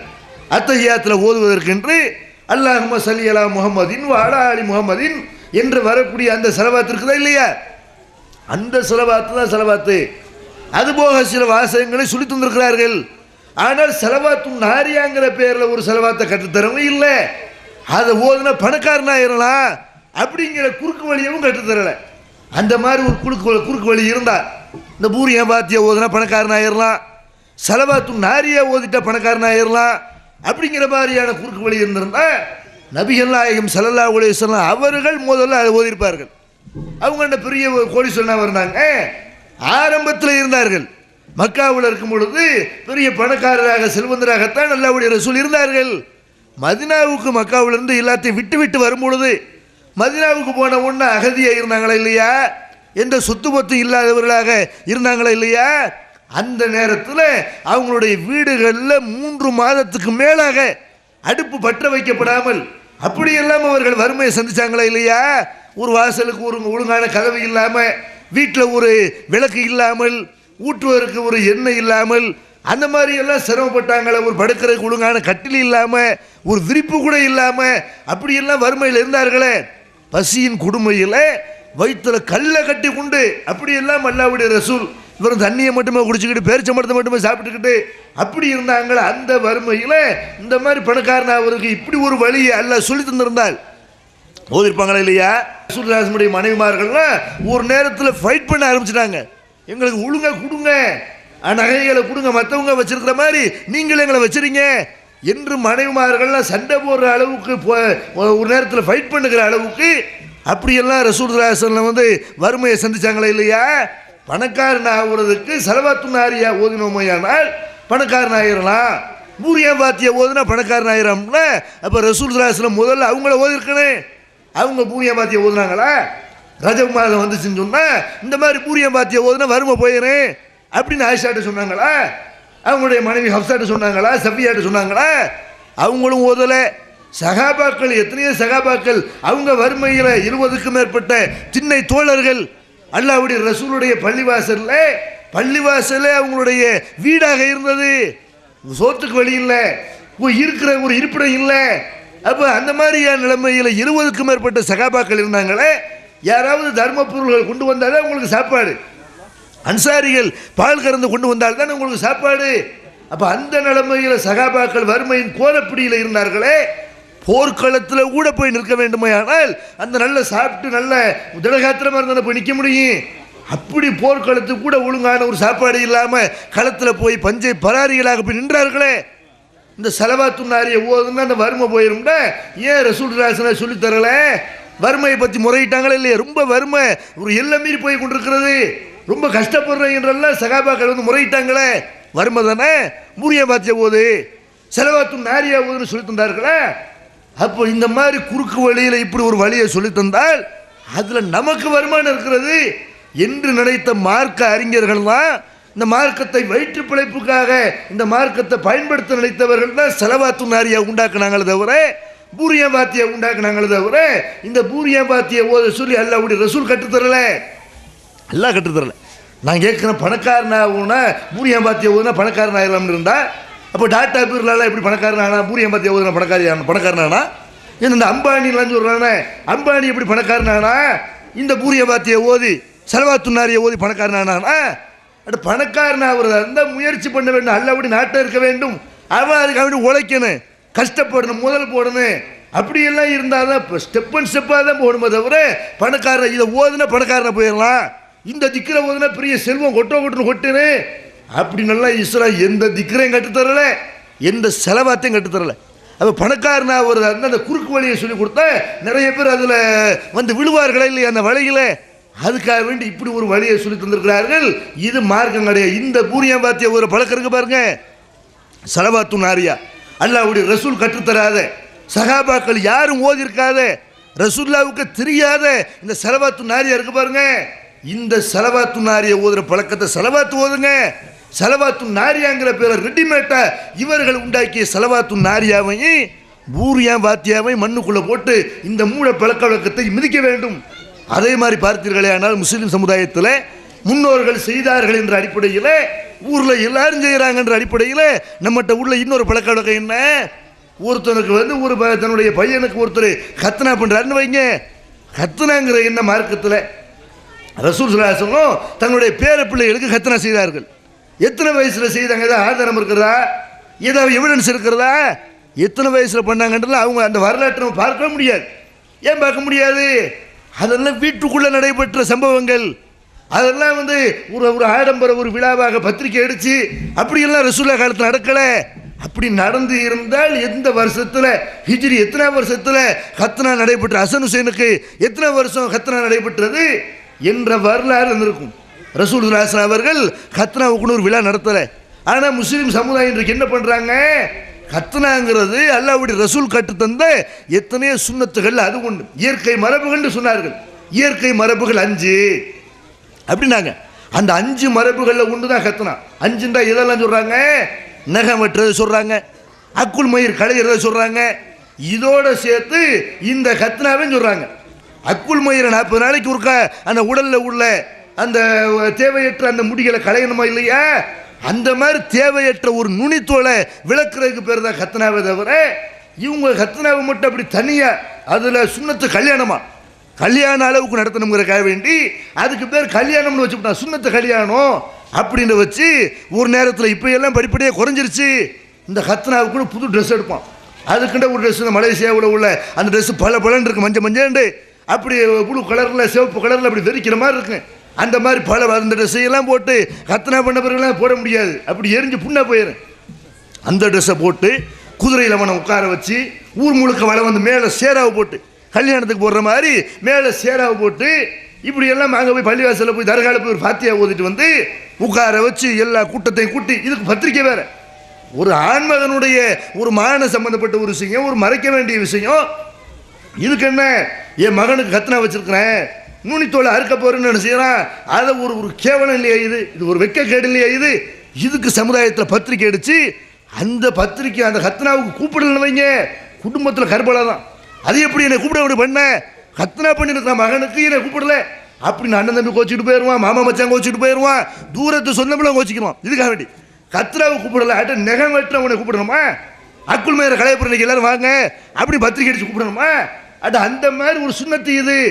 இதுக்கு ஒரு விழாண்டு வச்சு அதுக்கு பத்திரிக்கை அடிச்சு அதுக்கு பேனர்லாம் வைக்கிறாங்க. சில ஏரியா கிளம்பி பார்த்தீங்கன்னா பேனர்லாம் வச்சு இந்த மாதிரி சுன்னத்து கல்யாணம் கத்துனா எல்லாருக்கும் வாங்க வந்து பாருங்க அப்படின்ட்டு அந்த கூட்டத்தை கூட்டி அந்த பையனை ஒரு பானையில் உட்கார வச்சு தீன் தீனு. அப்போ என்ன, அப்போ கூட அல்லான்னு கத்த மாட்டாங்க, தீன் தீன் என்ன, மொய்தீன் மொய்தீன் மொய்தீன் கத்தி காப்பாற்றக்கூடிய நேரம். அந்த மாதிரி ஒரு ஆபத்தான நேரத்தில் ஒரு இக்கட்டான நேரத்தில் அல்லாவை கூப்பிடணும்னு சொல்லி தராம அப்போ கூட மொய்தீனை சொல்லி தர்றாங்க. அந்த மாதிரி அந்த கத்னா என்பது ஒரு விழாவாக நடக்கிற காட்சியெல்லாம் இன்றைக்கு பார்க்குறோம். ஒரு சில ஏரியாக்களில் இன்றைக்கு இப்போவும் இந்த மாதிரியான சம்பவங்கள் நடக்கிறது. இந்த மாதிரி விழா வைக்கணுமா, விழாவை ஆக்கிவிட்ட காரணத்தினால தான் ஒரு ஏழை தன்னுடைய மகனுக்கு 15 வயசாகி கத்னா பண்ணுற வழி இல்லாமல் இருக்கிறான்.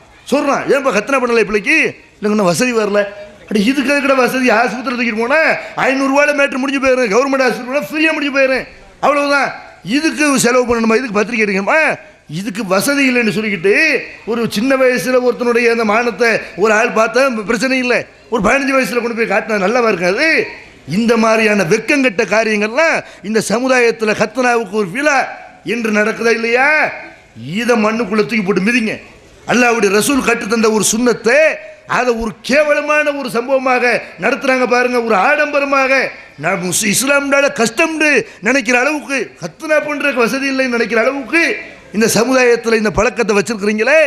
இந்த கத்னாவை ஆடம்பரமாக பண்ணுகிற இந்த விழாக்களை மண்ணுக்கு கீழே போட்டு மிதிக்கணும், ஒழிக்கணும். அதே மாதிரி என்ன, இது ஒரு பக்கம். இன்னொரு பக்கத்தில் பெண்ணு பருவ வயசு அடைஞ்சிட்டா, கத்னாவாவது எப்படியாவது இன்னைக்கு ஒழிஞ்ச மாதிரி செஞ்சிடறான்.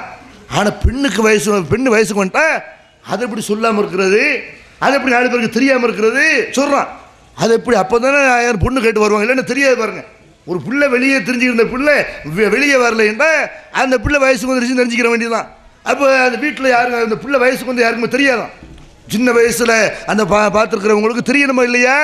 அதுக்காக வேண்டி அப்போ தான் மாப்பிள்ளை தேடி வரேன் அப்படிங்கிறக்காக வேண்டி இதை பத்திரிக்கை அடிக்கலாம். பூ புனித நீராட்டு விழா, மஞ்சள் நீராட்டு விழா என்று 7 நாளைக்கு தண்ணி ஊற்றணும்னு சொல்லி அதுக்கு ஒரு விழா உண்டாக்கி அதுக்கு பல வகையான சோறு ஏற்பாடு பண்ண, அதுக்கு சொத்தை ஏற்பாடு பண்ணி அதை ஒரு விழாவை நடத்துகிற விஷயமா இது? கேவலம் இல்லையா இது? பொம்பளைனால வெக்கப்படணும். அப்போ இந்த மாதிரி மாதவிலக்கு ஏற்பட்ட எந்த பொம்பளை ஒரு வாய் விட்டால் சொல்லுவார்களா? ஆனால் விளம்பரம் பண்ணுறான், அடுத்தடுத்த மாதத்துலேயும் வரதான் செய்யுது. இதை விளம்பரம் பண்ணுறான். என்னுடைய பிள்ளை அந்த பிள்ளைக்கு மாதவிலக்கு ஏற்படுத்திக்கிற மாதிரி தான் இது. என்ன அர்த்தம் இதுக்கு? பூ புனித நீராட்டு விழா நாகரீகமாக போடுறான். அட இது நீ நாகரீகமாக நினைக்க வேண்டிய இது ஒரு கேவலமான ஒரு காரியம். இதை எப்படி நீ வெளியே பகிரங்கமாக இப்படி சொல்லுவேன்? இதுக்கு பத்திரிக்கை என்ன, அதுக்கு ஊரை அழைக்கிறது என்ன, அதுக்கு விருந்து போடுறது என்ன? இந்த மாதிரி எல்லாம் நபிகள் நாயகம் ஸல்லல்லாஹு அலைஹி வஸல்லம் காலத்தில் யாருக்காவது ஒரு பெண்ணுக்கு நடைபெற்றதா? ஆலிம் சேக்கல் பார்த்துட்டு சும்மா இருக்கிறான், நடக்கட்டும், அப்போ நடக்க, நமக்கு வருமானம் தான், நமக்கு லாபம் தான் அப்படின்னு இதையெல்லாம் கண்டுங்காணாமல் இருக்கிறார்கள். நீங்கள் போய் கேளுங்க ஆலிம் சாவர்களை. இப்படி ஒரு கேவலமான ஒரு விழா இந்த சமுதாயத்தில் நடக்குது. இதுக்கு பத்திரிக்கை அடிக்கிறானே, இதுக்கு கட் அவுட் வைக்கிறானே. இது ரசூல் ஸல்லல்லாஹு காலத்தில் நடந்துச்சா? எல்லாரும் தான் வயசுக்கு வராங்க, இதுக்கு என்ன ஒரு விழா இது? அப்போ ஆம்பளையும் தான் வயசுக்கு வரேன்னு சொல்ல போனான். ஆம்பளையும் என்ன செய்யறான், அவனும் வயசுக்கு வர்றான். ஆம்பளைக்கு இதே மாதிரி விழா நடக்கிறதா? பூ புனித நீராட்டு மகனுக்கு பூ புனித நீராட்டு விழா நடக்கல, அதனோட பொம்பளைக்கு மட்டும் பூ புனித நீராட்டு விழா. அப்போ ஆம்பளை வயசுக்கு வர்றது சத்தம் இல்லாமல் அதை முடிச்சிடுறாங்க. ஆனால் கல்யாணம் வரும்போது தெரியுது பெரிய ஆளாயிட்டாண்டு. பொம்பளையை மட்டும் இப்படி ஏன் கேவலப்படுத்தணும், சபைக்கு முன்னாடியே வர வைக்கணும். அப்போ இந்த மாதிரியான விழாக்கள் இருக்கு பாருங்க, இதை மண்ணுக்கு கீழே போட்டு மிதிக்கணும். முன்னோர்கள் செய்தார்கள்ங்கிற அடிப்படையில் இதெல்லாம் ஊர் என்ன சொல்லும், உலகம் என்ன சொல்லும், இதெல்லாம் பார்க்கவே கூடாது. நீங்கள் என்னதான் விழாவை வச்சாலும் ஊர் திட்டம் செய்வான், வாழ்த்தம் செய்வான். நீங்கள் விழாவை நடத்திட்டனால, காசு பணத்தை செலவழிச்சிட்டனால, ஊரை கூட்டி சோத்தை போட்டனால எல்லாம் நல்லா இருக்குன்னு போயிடுவானா? பரவாயில்ல, நல்ல ஒரு விருந்து போயிடுவானா? சோத்துல நெய்யே இல்லை, ஏமாற்றி விட்டாங்க. பிரியாணிங்கிறான், நெய்யை காணா அப்படின்னு அப்படி சொல்கிறான். எல்லாம் இருக்கிறான், நல்லா திண்டு புட்டு என்ன செய்யறான், வயசுக்கு வந்த வீட்டில் வந்து நல்லா தின்னு புட்டு, கத்னா விழாவில் வந்து தின்னு புட்டு, எலும்பாக கிடக்குது, கறியே இல்லை, டால்சால நல்லி எலும்பு இல்லை, இப்படிலாம் உன்னை திட்டிட்டு போகிறானா இல்லையா? எதுக்கு இது? இதெல்லாம் என் விழா வாக்கணும், இதுக்கெல்லாம் விருந்து போடணும் மார்க்கம் சொல்லுதான். அப்போ இந்த ஒரு சம்பவத்தை முன்னிட்டு விருந்து போடுறதா இருந்தால் கல்யாணம் பண்ண விருந்து போடலாம், மாப்பிள்ளை விருந்து போடணும். ஒரு வீடு கட்டினா நீ விருந்து வைக்கலாம், மார்க்கத்தில் அனுமதி இருக்கிறது. பிள்ளை பிறந்தா 7வது நாள் அக்கிக்கா கொடுக்கணும். எது உன்னை சுண்ணத்தோ அதை மூத்தாக்கிட்டாங்க. அது யாருக்கா தெரியுமா? முஸ்லீம் சமுதாயத்தில் அந்த பிள்ளைக்கு அக்கிக்கா கொடுக்கணுங்கிற அந்த கடமை, ஒரு கடமை வசதி உள்ளவர்கள் செய்யணும்னு யாராவது வழங்கியிருக்கிறாங்களா? அக்கிக்காண்டா என்ன நினைக்கிறாங்க? அக்கிக்காவா அது இப்போ கொடுக்குறோம், இப்போ கொடுக்கலாமா? மகனுக்கு 15 வயசு ஆச்சு கொடுக்கலையே, இப்போ கொடுக்கலாமா? அக்கிக்காண்டா குழந்தை பிறந்த 7வது நாளில் கொடுக்கணும், 8ஆம் நாளில் கூட கொடுக்க தேவையில்லை. அது 7ஆம் நாளில் நடத்த வேண்டிய ஒரு சுண்ணத்து. அது வசதி இருந்தால் கொடுங்க, வசதி இல்லைன்னா விட்டு போயிருங்க. இதை இந்த சமுதாய சுண்ணத்தை விளங்காமல் இருக்கிறாங்க. ஆனால் எது சுண்ணத்து இல்லையோ, எது ஒரு கேவலமான காரியமோ அதுக்கு விழா நடத்துகிற காட்சியை நம்ம பார்க்குறோம். அதே மாதிரி முஸ்லீம் சமுதாயத்தில் முன்னோர்கள் பெயரால் நிறைய பேர் செய்கிறாங்க என்ற பெயரால், மார்க்க அறிஞர்களை செய்கிறார்கள்ங்கிற பெயரில் இந்த சமுதாயத்தில் உள்ள இன்னும் ஒரு மூட பழக்க வழக்கம் என்ன தெரியுமா? இந்த ரபியுல் அவள் வந்துருச்சுன்னு வைங்க, ரபியுல் அவள் வந்தால், ரபியுல் ஆகிர் வந்தால், அது அஜர்த்தை பள்ளிவாசலை சேர்க்கும் போதே சொல்லி தான் சேர்ப்பாங்க. இதெல்லாம் சொல்லி எப்படி சேர்க்கறது? அந்த காலத்துலேருந்து இந்த காலம் வரைக்கும் அஜர்த்துக்கு அந்த 2000 ரூபா தான் சம்பளம், அல்ல 3000 ரூபா சம்பளம். இப்போ கொஞ்சம் கூட ஒரு 4000 கொடுக்கணும், அவ்வளோதான். இதுக்கு மேலே கூட்ட மாட்டாங்க. அவனுக்கு அவனுடைய பிள்ளை படிப்பு இருக்கிறது, அவனுக்கு வீட்டு வாடகை கொடுக்கணும், அவனுக்கு எவ்வளோ தேவைகள் இருக்கிறது. ஆனால் இதெல்லாம் சமுதாயம் கண்டுக்கிறாது. என்ன செய்யும்? அதுக்கெல்லாம் நாங்கள் செய்ய முடியுமா? ஊரில் வாங்கிக்கிறோங்க, எங்கள் ஊரில் நிறைய மூத்தொகையாத்து நடக்கும், அந்த மாதிரி நீங்கள் அதில் நிறைய சம்பாரிச்சிக்கலாம். சேர்க்கும் போது எப்படி சேர்க்குறான், உனக்கு சைடு வருமானம், அந்த சைடாக நிறைய இருக்கிறது. மூத்துண்டாலும் காசு கொடுப்பாங்க, கல்யாணம்னாலும் காசு கொடுப்பாங்க, அதை வாங்கிக்கிறங்கன்னு சொல்லி இப்படி மார்க்கத்தையே ஒரு வருமானத்துக்கு வச்சுக்கிறங்கன்னு இப்படி சொல்லிட்டாங்களா. அவங்க என்ன செய்கிறாங்க, வருமானத்திற்கென்று நிறைய உண்டாக்கியிருக்கிறார்கள். அப்படி உண்டாக்கணும் என்ன, ஒரு பக்கம் தமிழில் பாட்டு பாடி அப்படி சம்பாதிக்கிற கூட்டமெல்லாம் இருந்து இன்னைக்கு அந்த கூட்டம்லாம் காணாமல் போய்விட்டது. தௌஹீத் ஜமாத் வந்த பிறகு அழிந்து போய்விட்டது. ஒரு நேரத்தில் நாவூர் நிப்பா பாடல் அந்த ஆடியோ கேசட்னா அப்படி எல்லா வீடுகளையும் கல்யாண வீடா முதல்ல பிஸ்மில்லான்னு என்ன செய்வான், நாவூர் நிப்பா பாட்டு, அப்புறமேல மெதுவாக ஒரு சினிமா பாட்டு, அப்புறம் அப்படியே எல்லாமே வந்துடும், ஆட்டமா தேரோட்டமானு வந்துடும். ஆனால் இன்னைக்கு என்ன, நாகூர் நிப்பாவுக்கு இன்னைக்கு கூப்பிடுற காலெல்லாம் போச்சு. அப்படி அந்த அந்த மாதிரி அந்த பாடல்கள் இஸ்லாமிய இன்னிசை கச்சேரிங்கிற பேரில் அப்படி நடந்துச்சு பாருங்க. அதெல்லாம் ஒளிஞ்சிருச்சு. தௌஹீது உரைகள் அடங்கிய சீடிக்களை வாங்குகிற ஒரு காலம், ஒரு பொற்காலம், குர்ஆன் ஹதீஸ்கள் அடங்கிய உரைகளை வாங்குகிற பொற்காலம் ஏற்பட்டு விட்டது. இந்த பாட்டு கூத்து கும்மாளம் எல்லாம் ஒளிந்து போய்விட்டது. ஆனால் ஒரு நேரத்தில் இந்த பாட்டையே ஒரு வருமானமாக வச்சுக்கிட்டு இல்லையா, எப்படி சினிமாவில் எப்படி அந்த பின்னணி பாடகர்கள் இருப்பார்களோ அதே மாதிரி இஸ்லாமிய இன்னிசை பாடகர்கள், யாரு இசை முரசு குட்டு முரசு என்றெல்லாம் இந்த மாதிரி பாடகர்கள் இஸ்லாமிய இன்னிசை பாடகர்கள் இருந்தார்கள். அது தமிழில் அப்படி பாடுறான்டா, அரபியில் பாடுறதுக்காக வேண்டி என்ன பண்ணாங்க, இந்த மௌலுதுகளை உண்டாக்கினார்கள். என்ன மௌலுது, நபிகள் நாயகம் ஸல்லல்லாஹு அலைஹி வஸல்லம் காலத்தில் ரபியுல் அவ்வல் வந்தால் சுப்ஹான மௌலுதுங்கிற பேரில் ஒரு மௌலுது ஓதுங்க. இப்படி ரசூலுல்லாஹி சொன்னாங்களா, சகாபாக்கள் யாரும் ஓதுனாங்களா? சுப்ஹான மௌலுதுண்டா என்னண்டாவது தெரியுமா, அது ஒரு பாட்டு, அரபி பாட்டு, அவ்வளவுதான். எத்தனை சினிமா பாட்டுகள் இருக்கிற மாதிரி, நாவூர் நிப்பா பாட்டு இருக்கிற மாதிரி அரபியில் எழுதப்பட்ட ஒரு பாட்டு கவிதை. இது ரசூலுல்லாஹ்வுக்கு தேவையில்லைங்கிறான் அல்லாஹ். தொழுக தேவை ரசூலுல்லாஹ்வுக்கு, சொர்க்கத்தை அடைவதற்கு நோன்பு தேவை, ஜக்காத்து தேவை, ஹஜ் தேவை, எது தேவையில்லை, பாட்டு தேவையில்லைங்கிறான் அல்லாஹ். வமா அல்லம்னாஹு ஷிஅர வமா யன்பகி லஹு, இவருக்கு நாம் கவிதையை இந்த முகமதுக்கு கற்றுத்தரவும் இல்லை, அது அவருக்கு தேவையும் இல்லை அப்படிங்கிறான் அல்லாஹ். அப்போ ஏதோ ரசூலுல்லாஹ்வுக்கு தேவையில்லைங்கிறானோ, அதனால ஒரு பயனை இல்லைங்கிறானோ, அதை நான் சொல்லித்தரேன் அப்படிங்கிறானோ, அதை உட்காந்து நன்மை கிடைக்கும், மறுமையில் ரசூலுல்லாஹ்வுடைய ஷஃபாத்து கிடைக்கும் அப்படின்னு ஓதுறீங்களே. சிந்திச்சு பார்த்தீங்களா? இந்த வாசகத்தில் இந்த பாடல் தமிழ் பாடலாவது அதில் உள்ள அர்த்தத்தை நீங்கள் விளங்கலாம். அதில் வேணும் பாடகர்கள் சொன்னாலே கொஞ்சம் எல்லாம் மீறி போயிடும். ஒரு ஆளை புகழ்றதுன்னு போனால் சொல்லுவாங்க, ரசூலுல்லாஹ் நாங்கள் புகழ்கிறோம்.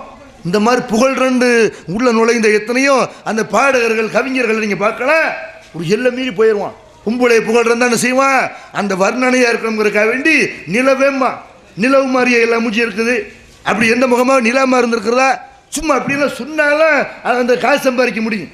அதுக்காக வேண்டி என்னத்தையே ஒரு புருடாக விடுவான். இந்த மாதிரி ரசூலுல்லாஹி ஸல்லல்லாஹு அலைஹி வஸல்லம் அவங்களை புகழ்றோம்னு ஒருத்தன் நம்முடைய முன்னோர்கள் உண்டாக்குனாங்க. ஒரு 300 வருஷத்துக்கு முன்னாடி உண்டாக்கப்பட்ட இந்த பாடல்களில் ரசூலுல்லாஹ்வை என்ன சொல்லி புகழ்கிறார்கள், என்ன எழுதியிருக்கிறார்களுடைய மொழியாக்கம் என்ன தெரிய முனைந்தீர்களா, முயற்சி பண்ணியிருக்கிறா? நாயகம் ஸல்லல்லாஹு அலைஹி வஸல்லம் அவங்கள புகழ்கிறோம், நல்லடியார்களை புகழ்கிறோம் என்றெல்லாம் அரபி பாடல்களை மௌலுதுங்கிற பேரில் உண்டாக்கி வச்சிருக்கிறாங்களே. முதல்ல இப்படி ஒரு இபாதத்துக்கு ஒரு வணக்கம், மறுமையில் வெற்றியை தேடி தர்றதுக்கான வழி என்று இந்த மௌலுதுகளை அல்லாஹ்வுடைய ரசூல் கற்றுத்தரவில்லை. அவங்க காலத்தில் இந்த 12 மௌலுதுல எந்த மௌலுதும் இருக்கவில்லை. இதெல்லாம் வீடு வீடுக்கு உட்காந்து ஓதுறது, பள்ளிவாசலில் உட்காந்து மைக்க போட்டுக்கிட்டு ஓதுறது, அதுக்குன்று மலர் கட்டுகள் மலர் ஜோடனைகளை கட்டி கொண்டு மேடை அமைத்து கொண்டு பாடுறது, அதுக்குண்டு கூட்டத்தை கூட்டுறது, அதுக்கு காசை கொடுக்கறது, அதுக்கு ஒரு விருந்தை போடுறது, இந்த மாதிரி ஒரு வழக்கம் ரசூலுல்லாஹ் காலத்தில் இல்லை. நபிகள் நாயகம் ஸல்லல்லாஹு அலைஹி வஸல்லம் காலத்தில் தொழுகை இருந்தது, நோன்பு இருந்தது, ஜக்காத்து இருந்தது, ஹஜ்ஜி இருந்தது. மார்க்கம் படித்தவர்கள் மட்டுமே செய்கிற ஒரு காரியம் உண்டு, அரபி தெரிந்தவர்கள் மட்டுமே செய்கிற ஒரு காரியம். மற்ற முஸ்லீம்களை இது கிடையாது, படிக்காத முஸ்லீமுக்கு இது கிடையாது, அரபி தெரியாத முஸ்லீமுக்கு இது கிடையாதுன்னு இந்த மௌலுது படிக்கிறாங்க பாருங்க. இப்படி ஒரு வழக்கம் ரசூலுல்லாஹ் காலத்தில் மௌலுதுன்னு ஒன்று கிடையவே கிடையாது. அந்த ஒரு காரணத்தினாலேயே இதை மண்ணுக்கு கீழே போட்டு மிதிக்க வேண்டிய ரசூலுல்லாஹ் செஞ்சாங்களா? ரசூலுல்லாஹ் செய்யாத ஒன்று எனக்கு எதுக்கு, ரசூலுல்லாஹ்வுக்கு தெரியாத ஒன்று எனக்கு எதுக்கு? அப்போ ரசூலுல்லாஹ் கற்றுத்தந்த இபாதத்துகளை மட்டும்தான் செய்வோம், அவங்க கற்றுத்தராத மௌலுதுகளை மண்ணுக்கு கீழே போட்டு மிதிப்போம்னு தூக்கி கடை சொன்னதை ஆனால் ஓதுறாங்க. என்ன ஓதுறாங்க? அர்த்தம் எது, ரசூலுல்லாஹ் புகழ்றாங்க, நல்லடியார்களை புகழ்றாங்கன்ற பரவாயில்லை. எப்படி புகழ்றாங்க? உதாரணத்துக்கு சொல்வதாக இருந்தால் இந்த மொய்தீன் மௌலுது படிக்கிறார்கள். எப்படி படிக்கிறாங்க? யா குத்துபாண்டெல்லாம் படிப்பார்கள். அதில் வருது, வாசகம் வருது, வமையு நாதிசுமி அல்பம்பி கல்வத்திகி. இந்த நீங்கள் பார்க்கலாம், கீழக்கரை காயல்பட்டினம் மாதிரியான சில ஊர்களில் இருட்டு திக்கு நடத்துவாங்க. இருட்டு திக்குன்னா என்ன? மைதாமாவை குழச்சி வச்சுக்கிட்டு கைகளை கோர்த்துக்கிட்டு ஒரு கூட்டம் நிற்கும், கைகளை கோர்த்து வைத்து கொண்டு அப்படி அந்த சங்கிலி போராட்டம் பண்ணுவாங்கல்ல, அந்த மாதிரி இந்த கையை கோர்த்துக்கிட்டு ஆகுன்னு செய்வான். இருட்டு திக்கர் மொய்தீன் தீன்னு சொல்லி மொய்தீன் அப்துல் காதர் ஜிலானியை கூப்பிடுவாங்க. திக்கர் இருட்டு திக்கர், அதுக்கு பேர். லைட்டையெல்லாம் ஆஃப் பண்ணிக்கிட்டு இருட்டு திக்கர். என்னடா இருட்டு திக்கர்னு பார்த்தா அந்த மாதிரி மொய்தீன் அப்துல் காதர் ஜிலானி பேர் 1000 தடவை மொய்தீன் யா மொய்தீன் கூப்பிட்டால் அங்கே வந்து மொய்தீன் ஆண்டவர் நேரடி ஆஜராக வரான். அந்த மாவு இருக்குதா இல்லையா, லைட்டை போடுவாங்க, அதுக்கப்புறம் தான் போடுவாங்க லைட்டை. அந்த லைட்டில் வந்து அந்த லைட் ஆஃப் பண்ணிட்டு இந்த இது மாதிரி திக்கர் செய்வாங்க, இருட்டு திக்குது. அதில் யாராவது அஜர்த்து என்ன செய்வார், காலத்துக்கு வச்சுருவார். இருட்டு திக்கர் பண்ணிக்கிட்டு இருக்கும்போது லைட்டை வந்து போட்டு வச்சுக்கிட்டு இப்படி இருட்டு திக்கர் பண்ணால் பரவாயில்ல, திக்கர் பண்ண பரவாயில்ல, லைட்டையெல்லாம் ஆஃப் பண்ணி வச்சுக்கிட்டு அந்த திக்கரை பண்ணிக்கிட்டு இருக்கும்போது ஒரு 6 நிமிஷம் காலை தூக்கி மாவில் வச்சுருவார். அந்த கால் வச்சிருக்குமா, லைட்டை போட்டோன்னு அப்துல் காதர் ஜிலானி வந்துட்டு போயிட்டாரு அப்படின்றலாம் ஏமாத்துக்கிற காட்சி இருட்டு திக்குங்கிற பேரில் இப்படி கூத்து இந்த சமுதாயத்தில் நடக்கிறது. இதுக்கு என்னடா ஆதாரம்னு கேட்டால் அதுக்கு படிக்கிறாங்க. இந்த யாக்குத்துபால் அப்படி வருது. வமையுனாதி சுமி அல்ஃபம்பி கல்வத்திஹி அஸ்மன்லி கஃபத்திஹி அஸ்மன்பி ஹிம்மத்திஹி சர்மன்லி கஃபத்திஹி அஜப்துஹு முஸ்ரியன் மின் அஜ்லி தாவத்திஹி ஃபல்யதுயா அப்துல் காதிர் முஹிதீனி. யார் ஒருத்தர் தனிமையில் அமர்ந்தவராக உறக்கத்தை கலைத்தவராக என்ன அவர் 1000 தடவை யா மொய்தீன் என்று அழைக்கிறாரோ, மொய்தீனை என்று கூப்பிடுகிறாரோ, நான் ஓடோடி வருகிறேன். நேரடி ஆஜராக வரான். அல்லாஹ் கூட நேரடியாக வரமாட்டான். அப்துல் காதர் ஜிலானி நேரடியாக வந்துடுவாரான். எப்படி வருவார்? இருட்டில் கல்லில் வர்ற மாதிரி தான் வருவாரான். இந்த வெளிச்சத்தில் வரமாட்டார், பகலில் வந்து வரமாட்டாரா, நைட்டில் லைட்டையெல்லாம் ஆஃப் பண்ணிக்கிட்டு திருட வருவான். அந்த மாதிரி என்ன செய்யறான், அப்துல் காதர் ஜிலானி திருட மாதிரி கற்பனை பண்ணுறாங்க. அப்துல் காதர் ஜிலானி இருட்டில் வந்துட்டு போயிட்டாரு. யாரை ஏமாத்துறீங்க? இது இந்த மாதிரி 1000 தடவை கூப்பிட்டால் அல்லாஹ்வை தவிர அழைத்தால் உடனடியாக ஆஜராகிறவன் அம்மா யுஜீபுல் மூத்தர்ற இதா தாகுவ எக்ஸிபு சுவ. அல்லாஹ் சொல்றான், துன்பத்தில் திளைக்கக்கூடியவன், துன்பத்தில் ஆழ்ந்திருக்கக்கூடியவன், துன்பத்தில் கஷ்டப்படுறவன் அழைக்கும் பொழுது அல்லாஹ்வை தவிர எவன்டா பதில் அளிக்க முடியும்? துன்பத்தில் ஒருத்தன் அல்லாஹ்னு கூப்பிட்டால் அல்லாஹ் பதில் தருவான். அது கூட நேரடியாக வந்து பதில் தர மாட்டான், வேறு வகையில் மறைமுகமான முறையில் தான் அல்லாஹ் பதில் தருவான். இந்த ஆளுக்கு என்னைக்கே இறந்து போன ஒரு ஆள், அவர் இருந்த பகுதிகளை பகதாதில் விட்டு அடித்தாங்க, பகதாதை காலி பண்ணாங்க. அப்போ வரல, ஈராக் அதிபரை பிடிச்சிருந்தாங்க, சிறை வச்சாங்க, தூக்கில் கொண்டு போய் மாட்டினாங்க. அப்போ வரல, அங்கே அப்துல் காதர் ஜிலானி அங்கே தான் அடக்கம் செய்யப்பட்டிருக்காரு பகதாதில். அங்கே போய் ஜார்ஜ் புஷ் குறவலையை பிடிக்கல, அங்கே வரல அப்துல் காதர் ஜிலானி இருட்டுத்துக்கு செயல போல இருக்கு. அங்கே இருட்டுத்துக்கு நடக்காதனால வரல போல இருக்கு. அங்கே வராது அப்துல் காதர் ஜிலானி எப்படி தெக்குவாசலில் கப்பல் எடுத்து வருவார், எப்படி மதுரைக்கு வருவார், எப்படி பொட்டல்புதுக்கு வருவார், எப்படி கீழக்கரைக்கு வருவார்? அவர் இருக்கிற இடத்துல வரலையே. அப்போ என்ன செய்யறாங்கன்னா இந்த மாதிரி மக்களை ஏமாத்துறதுக்காக வேண்டி இந்த ஓதுறாங்க மூடுதல. அப்துல் காதர் 1000 தடவை அழைத்தால் அப்துல் காதர் ஜிலானி நேரடி ஆஜராகுவார் இப்படின்னு படிக்கிறாங்களே. இல்லை இது சிற்கா இல்லை? அப்துல் காதர் ஜிலானி இப்படி கூட பண்ணி அல்லாவை மட்டுமே அழைத்து பிரார்த்தனை செய்ய வேண்டிய முஸ்லிமு அப்துல் காதரை என்று 1000 தடவை அவர் இப்படி கூப்பிட முடியும்? இதை படிக்கிறார்கள். அதே மாதிரி படிக்கிறாங்க. இது என்ன குடும்பம்னு கேட்டால் இதெல்லாம் அல்லாவுடைய பள்ளிவாசலில் உட்கார்ந்து கொண்டு படிக்கிறார்கள். இந்த கண்மூடி பழக்க வழக்கங்கள்லாம் எங்கே நடக்கிறது? அல்லாவுடைய பள்ளிவாசல் நடக்கிற படிக்கிறார்கள். யா சாஹிபன் நாகூரி குன்லி நாசிரி ஃபி ஸம்இ வல் ஆதாயி வ ஹுஸ்னில் பஸரி வ பி தூலி உமரின் லாபி உமரின் காசிரின். நாகூர் ஆண்டவரை கூப்பிடுறாங்க, எனக்கு உதவி செய்யுங்கள். எதில் உதவி செய்யணும்? என்னுடைய செவிப்புலன் நல்ல விலங்கான செவிட்டு போயில இருக்கிறேன், நல்லா கேட்குறேன்னு உதவி செய்யுங்க. என்னுடைய பார்வைக்கு உதவி செய்யுங்கள்.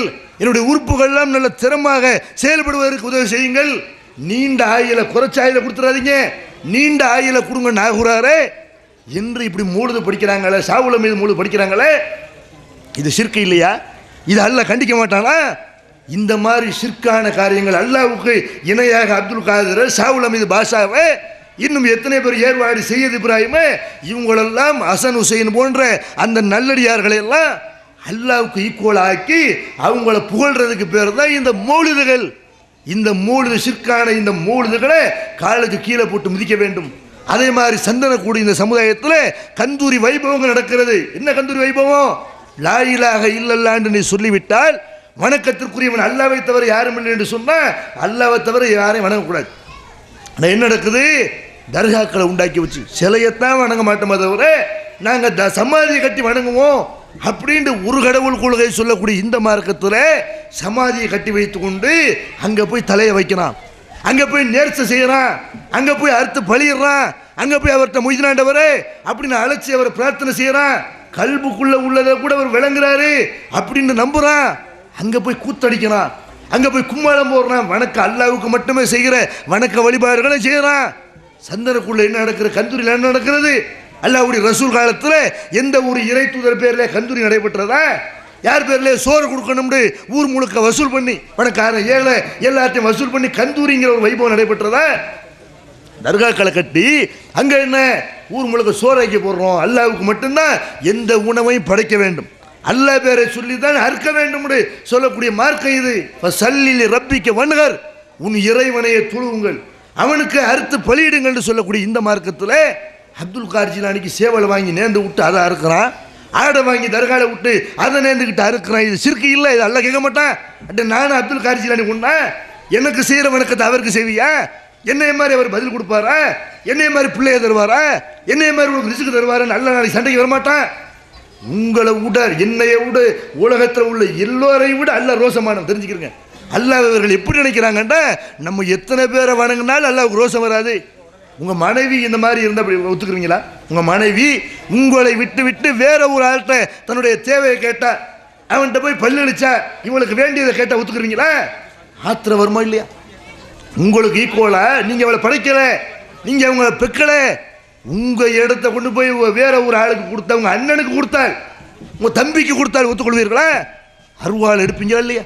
அல்லாஹ் உங்களை படைச்சிருக்கிறான், உங்களுக்கு ரிசுக்கு தர்றான், பிள்ளைய தர்றான், காற்றை தர்றான், மழையை தர்றான், எல்லா தேவைகளையும் மனித இனம் வாழ்வதற்கு தேவையான அவ்வளவு ரிசுக்கையும் அல்லாஹ் உங்களுக்கு தர்றான். நீங்க என்ன செய்றீங்க?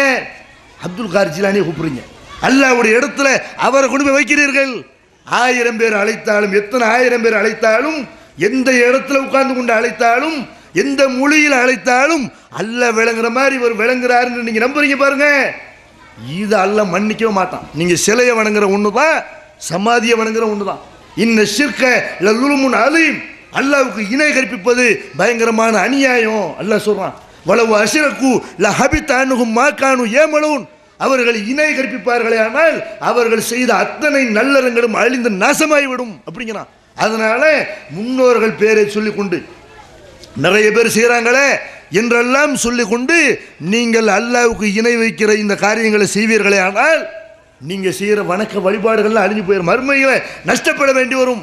முன்னோர்கள் பயன்படுத்தாத எத்தனையோ விஷயங்களை நம்ம இன்னைக்கு பயன்படுத்தி இருக்கிறோம். முன்னோர்கள் காலத்தில் இந்த மாதிரி லைட் வசதி இல்லைன்னு லைட்டு போடாமல் இருக்கிறோமா? முன்னோர்கள் காலத்தில் ஃபேன் கிடையாது, ஏசி கிடையாது, அதனால முன்னோர்கள் மாதிரி நான் இருட்டில் தான் உட்காருவேன், நான் வெளியே தான் வந்து காற்று வாங்கணும் இருக்கிறோமா? முன்னோர்களுக்கு அதெல்லாம் கண்டுபிடிக்க தெரியல, விவரம் இல்லை. எனக்கு அறிவு இருக்கிறது, நான் சிந்திப்பேன். சிந்திக்கிறீங்களா இல்லையா? இப்படி மார்க்க விஷயத்தை சிந்திக்க வேண்டும், ஆராய வேண்டும்.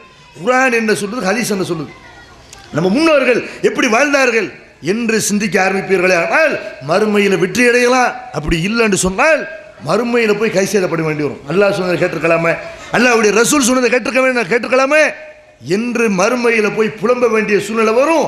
அதை திருமறை குர்ஆனில் கூட அல்லாஹ் செய்யற கடுமையாக கண்டிக்கிறான். முன்னோர்களை யார் கண்மூடி பின்பற்றினார்களோ யௌம துகல்லபு உஜூஹுகும் பின்னார், அவர்களுடைய முகங்கள் நரகத்தில் போட்டு புரட்டப்படும். யாழைத்தனா அத்தானல்லாக வ அத்தான ரசூலா, அல்லாஹ் சொன்னதை கேட்டிருக்கலாமே, அல்லாஹ்வுடைய ரசூல் சொன்னதை கேட்டிருக்கலாமே என்று அவர்கள் புலம்புவார்கள். இன்னா அத்தானா சாதத்தனாவ குபரானா, எங்கள் தலைவர்களுக்கு கட்டுப்பட்டோம், ஆலிம் சாக்கள் சொன்னதை கேட்டோம், எங்கள் பெரியார்கள் முன்னோர்கள் செய்தார்கள் என்று நம்பணும். ஃபாலல்லூன சபீலா, எங்களை வழிகெடுத்து விட்டார்கள், நேரான வழியை காட்டலையே என்று மறுமையில் புலம்புவார்கள். நல்லா சொல்றான். இந்த எச்சரிக்கையை கவனத்தில் வைத்து முன்னோர்கள் செய்தாலும் பெரும்பான்மை செய்தாலும் மார்க்க அறிஞர்கள் சொன்னாலும் நீ என்ன பார்க்கணும்? அல்லாஹ் சொன்னான்னு ஆதாரத்தை காட்டிட்டு சொல்லு, ஏத்துக்கிறேன். ரசூல் சொன்னாங்கன்னு ஆதாரம் இருக்கிற சொல்லுங்க, முன்னோர்கள் செஞ்சதை தலைக்கு மேல தூக்கி வச்சுக்கிறேன்.